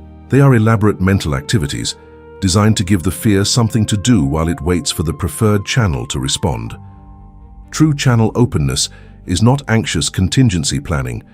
It is a genuine inner expansion of trust that allows supply to arrive from any direction without the need to control or predict the route in advance. The fear signal shapes the spoken word in ways that Florence Scovel Shinn would recognize immediately as the source of ongoing financial difficulty. If this does not come through, I do not know what I will do. If this person does not respond, I am in trouble. If this channel closes, everything is lost. Each of these sentences is a spoken order that confirms the belief in one channel as the condition of all supply. And spoken orders, once issued with genuine emotional conviction, begin to shape the field around the speaker. The fear is not just felt internally, it is spoken outward, and what is spoken with genuine conviction becomes an instruction that the formless substance receives and begins organizing the visible world around. Correct the fear sentence every time it arrives. This is not positive thinking in the superficial sense. It is a technical correction of a false instruction that would otherwise be issued to the source with your full emotional authority behind it. When the fear says, if this channel fails, I am finished, correct it immediately. Say clearly, if this channel closes, source remains. Supply does not live in one channel. I am open to receiving through whatever channel the source prepares. This correction, practiced consistently, changes the instruction being sent. And the change in instruction held over time with genuine conviction begins to change what the field of supply delivers. The ultimate correction to the fear signal is the inner state of a person who genuinely knows that the source is not limited to one channel. Not a person who has memorized the idea, a person in whom the idea has become a real felt certainty. This certainty does not arrive as a sudden revelation. It develops through the repeated practice of releasing channels, correcting fear sentences, expanding the receiving field, acting on unexpected channels, and discovering through actual experience that supply can indeed arrive from directions that were not planned. The certainty grows as the evidence accumulates, and as it grows, the fear signal loses its authority. It still arrives, but it no longer governs. The correction practice is not a ritual performed once at a significant moment of spiritual intention. It is a daily discipline applied at the moment when channel attachment reasserts itself, which it will do repeatedly until the new inner structure is fully established. Begin the practice by naming the current channel fixation with precise honesty. Not a vague sense that you are being too attached, but a clear and specific naming. I am currently placing all my trust for supply in this specific channel, and I am allowing its performance to determine my spiritual and emotional state. From that naming, perform the explicit separation. Speak it or write it clearly. This channel is not my source. This channel is one possible instrument of delivery. The source behind this channel is not contained in this channel and is not limited by this channel's current performance. This separation is the beginning of the inner structural change that the practice is designed to create. Every time you perform it, you are retraining the association between supply and channel. Every time you restore the source to its proper position, you are strengthening the receiving structure that allows supply to arrive from multiple directions. Now open verbally to all channels. Do not just release the one channel you were attached to. Actively open to the full field. Say with genuine intention, I am open to receiving through every channel the source chooses. I am open to unexpected people. I am open to unfamiliar forms. I am open to small beginnings. I am open to the surprising, the informal, and the humble. I am open to receiving in ways I have not yet imagined. I am genuinely and fully open. This verbal opening is not cosmetic. Spoken with real intention and real conviction, it is an instruction to the formless substance that your receiver is clear. Then look for one channel you have been ignoring. One actual existing potential channel in your current life that you have been setting aside because it did not match the preferred route. This is a practical act of channel openness. You are not just saying you are open, you are proving it to yourself by identifying a real ignored door and choosing to engage with it. Write it down, name it clearly, acknowledge that it is a genuine channel of potential supply that you have been overlooking, and then decide on one specific action that would move you toward that channel. Act on it. This is the completion of the practice, not tomorrow, today. One action that opens engagement with one channel you had been ignoring. Send the message, make the call, submit the application, accept the introduction, test the new direction.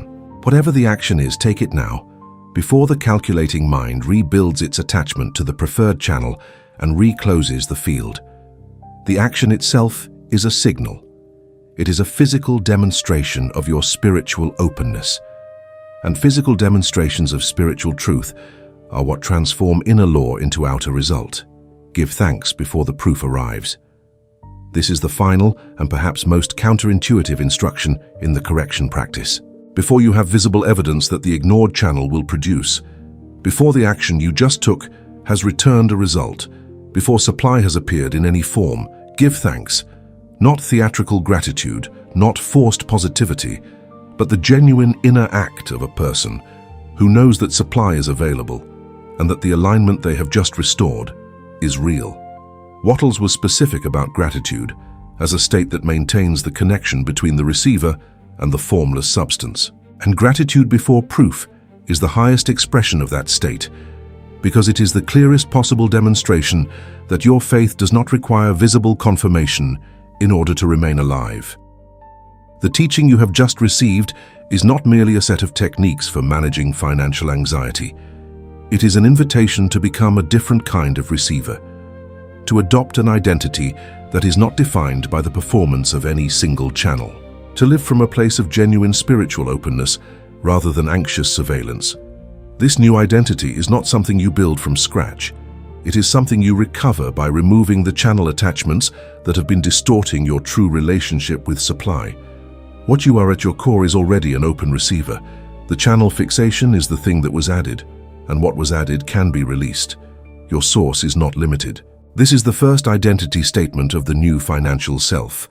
Not a wish, not an aspiration, a statement of law. The formless substance that underlies all wealth is not exhausted by your current circumstances. It is not reduced by the channels that are currently closed. It is not diminished by the delays of your preferred route. Your source is not limited. Say it as a statement about the nature of reality, and then act from that reality, rather than from the appearance of the visible channels. I bless every channel but worship none. This is the balanced spiritual posture of the open receiver. You are grateful for the channels through which supply moves. You engage seriously with every legitimate channel. You act faithfully in every direction that opens, but you do not place the divine position of provider in any channel. You do not allow any channel to determine your spiritual certainty about supply. Every channel is welcome. No channel is sovereign. The sovereign position belongs only to the source, and this distinction, held clearly and consistently, is the identity of the spiritually free receiver. I receive through the door source chooses. This is the full surrender of root control, not surrender of desire. You hold your desire clearly, not surrender of action.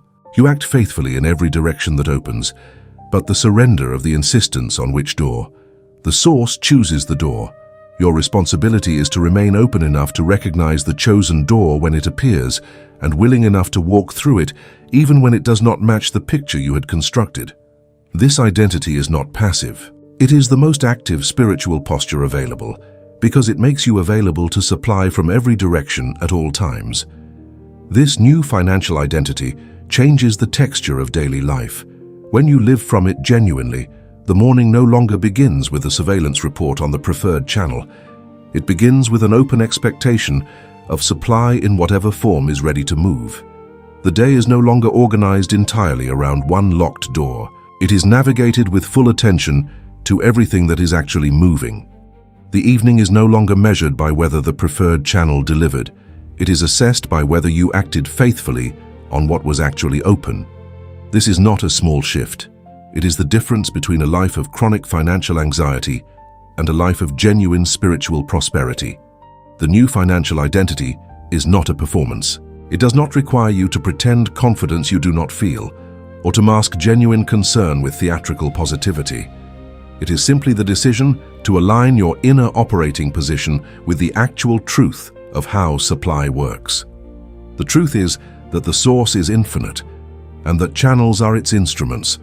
When your identity reflects that truth, your receiving begins to reflect it as well, not immediately, and not without the ongoing practice of correction and release, but consistently over time, as the new identity becomes more real than the old channel attachment. Let us consolidate what has been established in this teaching, not as a summary of ideas, but as a map of the inner transformation that has been offered. The first law is that the channel is not the source. Every channel through which supply has ever moved in your life is an instrument of delivery, not an origin of supply. The moment you confuse the channel for the source, you place your entire relationship with divine provision inside a finite arrangement that is subject to the conditions of the visible world. The source itself is not subject to those conditions. A closed channel does not mean closed supply. This is the correction that changes everything about how you respond to financial setbacks. When a channel closes, the source remains full. The reservoir has not diminished. The supply available to your life has not decreased. Only one instrument of delivery has changed its condition, and instruments of delivery change all the time in the visible world. The proper response to a closed channel is not panic about supply. It is watchfulness for the next opening. Attachment to one channel closes perception. You cannot perceive what you are not looking for. When all your perceptual energy is directed at one channel, you are functionally blind to everything arriving from other directions. The attachment is not just an emotional problem, it is a perceptual problem. It narrows the field of what you can recognize as supply. And since receiving requires recognition before action, anything that narrows recognition narrows receiving. Openness reveals channels. The reversal of the perceptual problem is simple in principle and demanding in practice. When you genuinely open your inner receiver to supply arriving from any direction, the field of what you can recognize as potential channel widens. You begin to see connections you were missing. You begin to notice signals you were filtering out. You begin to engage with possibilities you were dismissing. The supply was always moving. The openness simply restored your ability to see it. Small doors matter. The channel that looks modest at its beginning may carry more genuine supply than the grand channel that never opens. The test of a door is not its appearance. The test is whether it is open. Walking through a small open door with full engagement and genuine faith is the beginning of channel widening. And the source, which sees the capacity of every channel in ways your mind cannot, may have selected a small beginning precisely because it leads somewhere your mind cannot yet see. Source has more roots than the mind.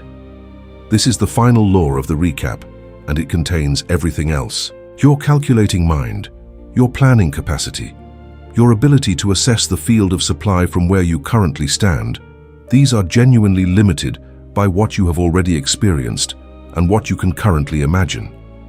The source is not limited by your experience or your imagination. It can route supply through arrangements that have never appeared in your life before. It can create channels that do not yet exist in your visible world. It can bring together people and timing and circumstances in combinations that your best strategic thinking could not have assembled. Trust it with the root and simply remain open. You do not have to abandon the desire that brought you to this teaching, the desire for genuine supply, for real financial provision, for the life you have been carrying in your vision. That desire is not the problem. It is the evidence that the formless substance is pressing toward new expression through you. Desire, in the teaching of Wattles, is not a weakness to be managed or a distraction to be overcome. It is the beginning of the creative process by which invisible supply moves into visible form. Your desire is legitimate. Your desire is real. Your desire is the starting point of the entire protocol you have received today. What you are being asked to release is not the desire.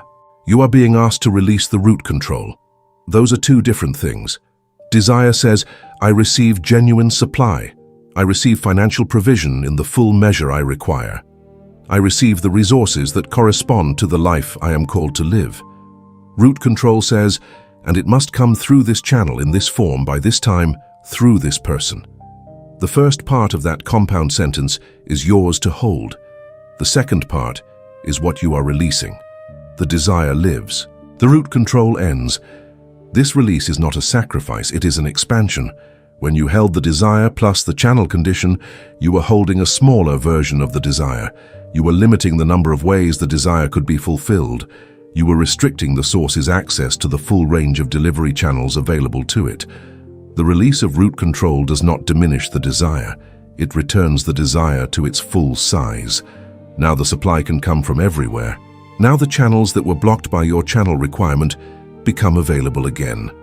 The desire you were holding while gripping one root was a compressed desire. What you are receiving now is the full version. The formless substance is not withholding from you. This is important to feel, not just to understand intellectually. The difficulty you have experienced around supply has not been a withholding by the source. The source is always pressing toward expression in greater and fuller form. The difficulty has been the restriction imposed by channel attachment, the narrowing of the receiving field to one pipe while the reservoir remained full. The supply that corresponds to your desire has been available. The work of this teaching has been to remove the conditions you placed on its delivery. And with those conditions removed, the fullness of what the source has always been ready to send becomes the fullness of what you are now ready to receive. The way is opening right now, not in the distant future, not at the moment when a specific visible channel finally performs.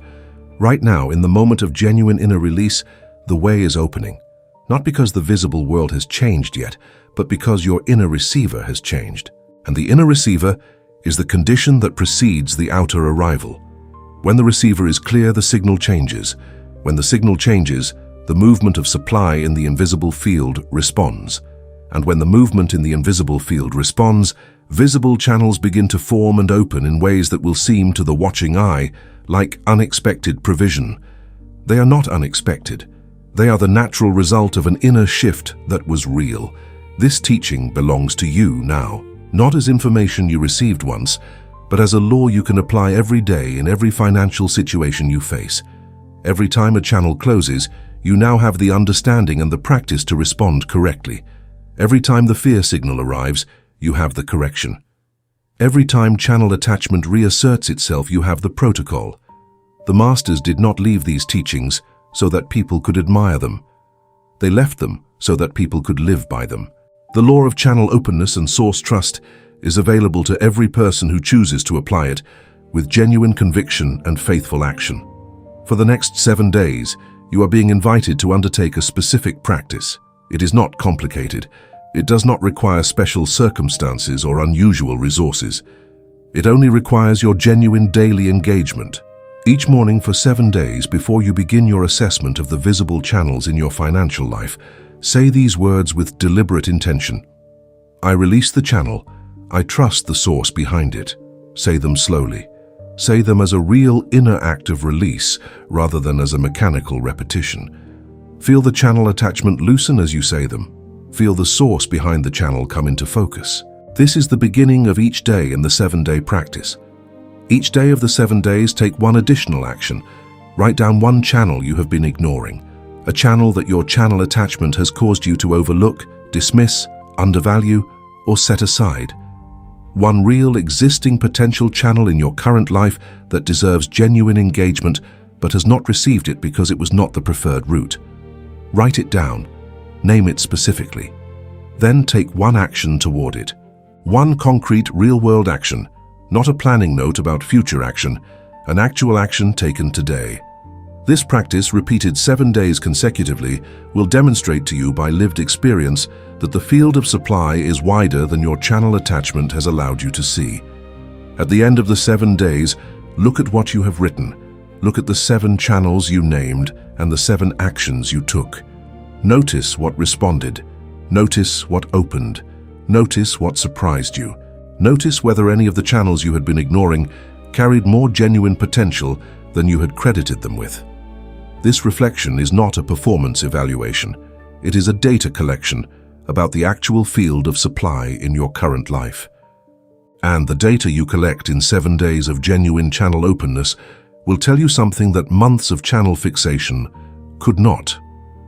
If this 7-day practice produces a shift in your perception, even a small one, even just the recognition that the field is wider than your channel attachment was allowing you to see, then you have received the central gift of this teaching. You have begun to live the law, not as an idea you hold, but as a practice you embody. And a practice that is embodied daily grows in power over time. The first 7 days are the beginning. After 7 days, you will know whether this law is real in your life, not because you read it here, but because you tested it yourself. This is what the masters always asked of their students, not belief, testing. And the testing always confirmed the law. Before you leave this teaching, take one more action. In the comment section below this video, write the name of the channel you have been attached to. Not a judgment about it, not a full story about what it has or has not done. Just the name of the channel, the job, the client, the platform, the person, the deal. Name it. And then write what you are releasing it to. Write, I release this channel to the source. This act of public naming and releasing is not performance. It is an act of spiritual honesty. And spiritual honesty is the condition that precedes the deepest forms of inner change. Let others witness your release. Let your own written words confirm the inner act. If this teaching has spoken to something real in you, share it with one person who is gripping a locked door right now. Not because sharing this video is a promotional act, but because the person you know who is watching one channel and panicking every time it delays needs to hear what you just heard. They need to know that the source is not in the channel. They need to know that a closed door is not a verdict on supply. They need to hear the words that were spoken to you today, spoken to them. The teachings of the masters were never meant to be held privately. They were meant to be passed forward to everyone ready to receive them. The masters' legacy exists because these laws are real and because they deserve to be spoken clearly and fully to every generation that faces the same fears and the same channel traps that every generation before has faced. The names of the channels change, the industry changes, the economic context changes, but the law does not change. The source is infinite, Channels are instruments. Attachment to one instrument closes the field. Openness to all instruments restores it. This law was true when Wattles wrote it. It is true today. It will be true when the next generation inherits the same fears under different names. Subscribe and stay. There are more laws to receive. The law you have received today is one piece of a larger architecture. The teaching on formless substance has more layers. The teaching on command and plan has more depth. The teaching on spoken word and financial receiving has its own full territory. The teaching on inner state and outer result has practices that go beyond what was possible in one sitting. Each of these areas carries laws that are as precise and as powerful as what you received today. The Master's legacy is the place where those laws are preserved and spoken, and the person who stays with these teachings long enough to let them become inner structure rather than outer information will find that their relationship with supply changes in ways that no single channel could ever produce. Now return to where this teaching began. You came here perhaps feeling the pressure of one blocked channel. You came here perhaps carrying the anxiety of a field that seemed dry. You came feeling that the source had withdrawn, or that supply was genuinely limited, or that something had permanently closed off the flow of provision in your direction. And perhaps the deepest fear underneath all of that was that you had been asking for something that was no longer available. But now you understand what was actually happening. You were not being denied. You were being redirected. The supply was not absent. The channel was narrow. And the narrowness was not a verdict from the universe. It was a condition created by an inner agreement that you now have the tools to dissolve. The source was never narrow. Only the expectation was. The reservoir was always full. The river was always moving. The formless substance behind all wealth was never waiting for your preferred channel to become available before it could deliver. It was waiting for you to open the full field. And now the field is open. The command is alive. The route is released. Every channel is welcome. And the supply that corresponds to the desire you carry is moving right now through the channels the source has chosen toward the open receiver you have just become.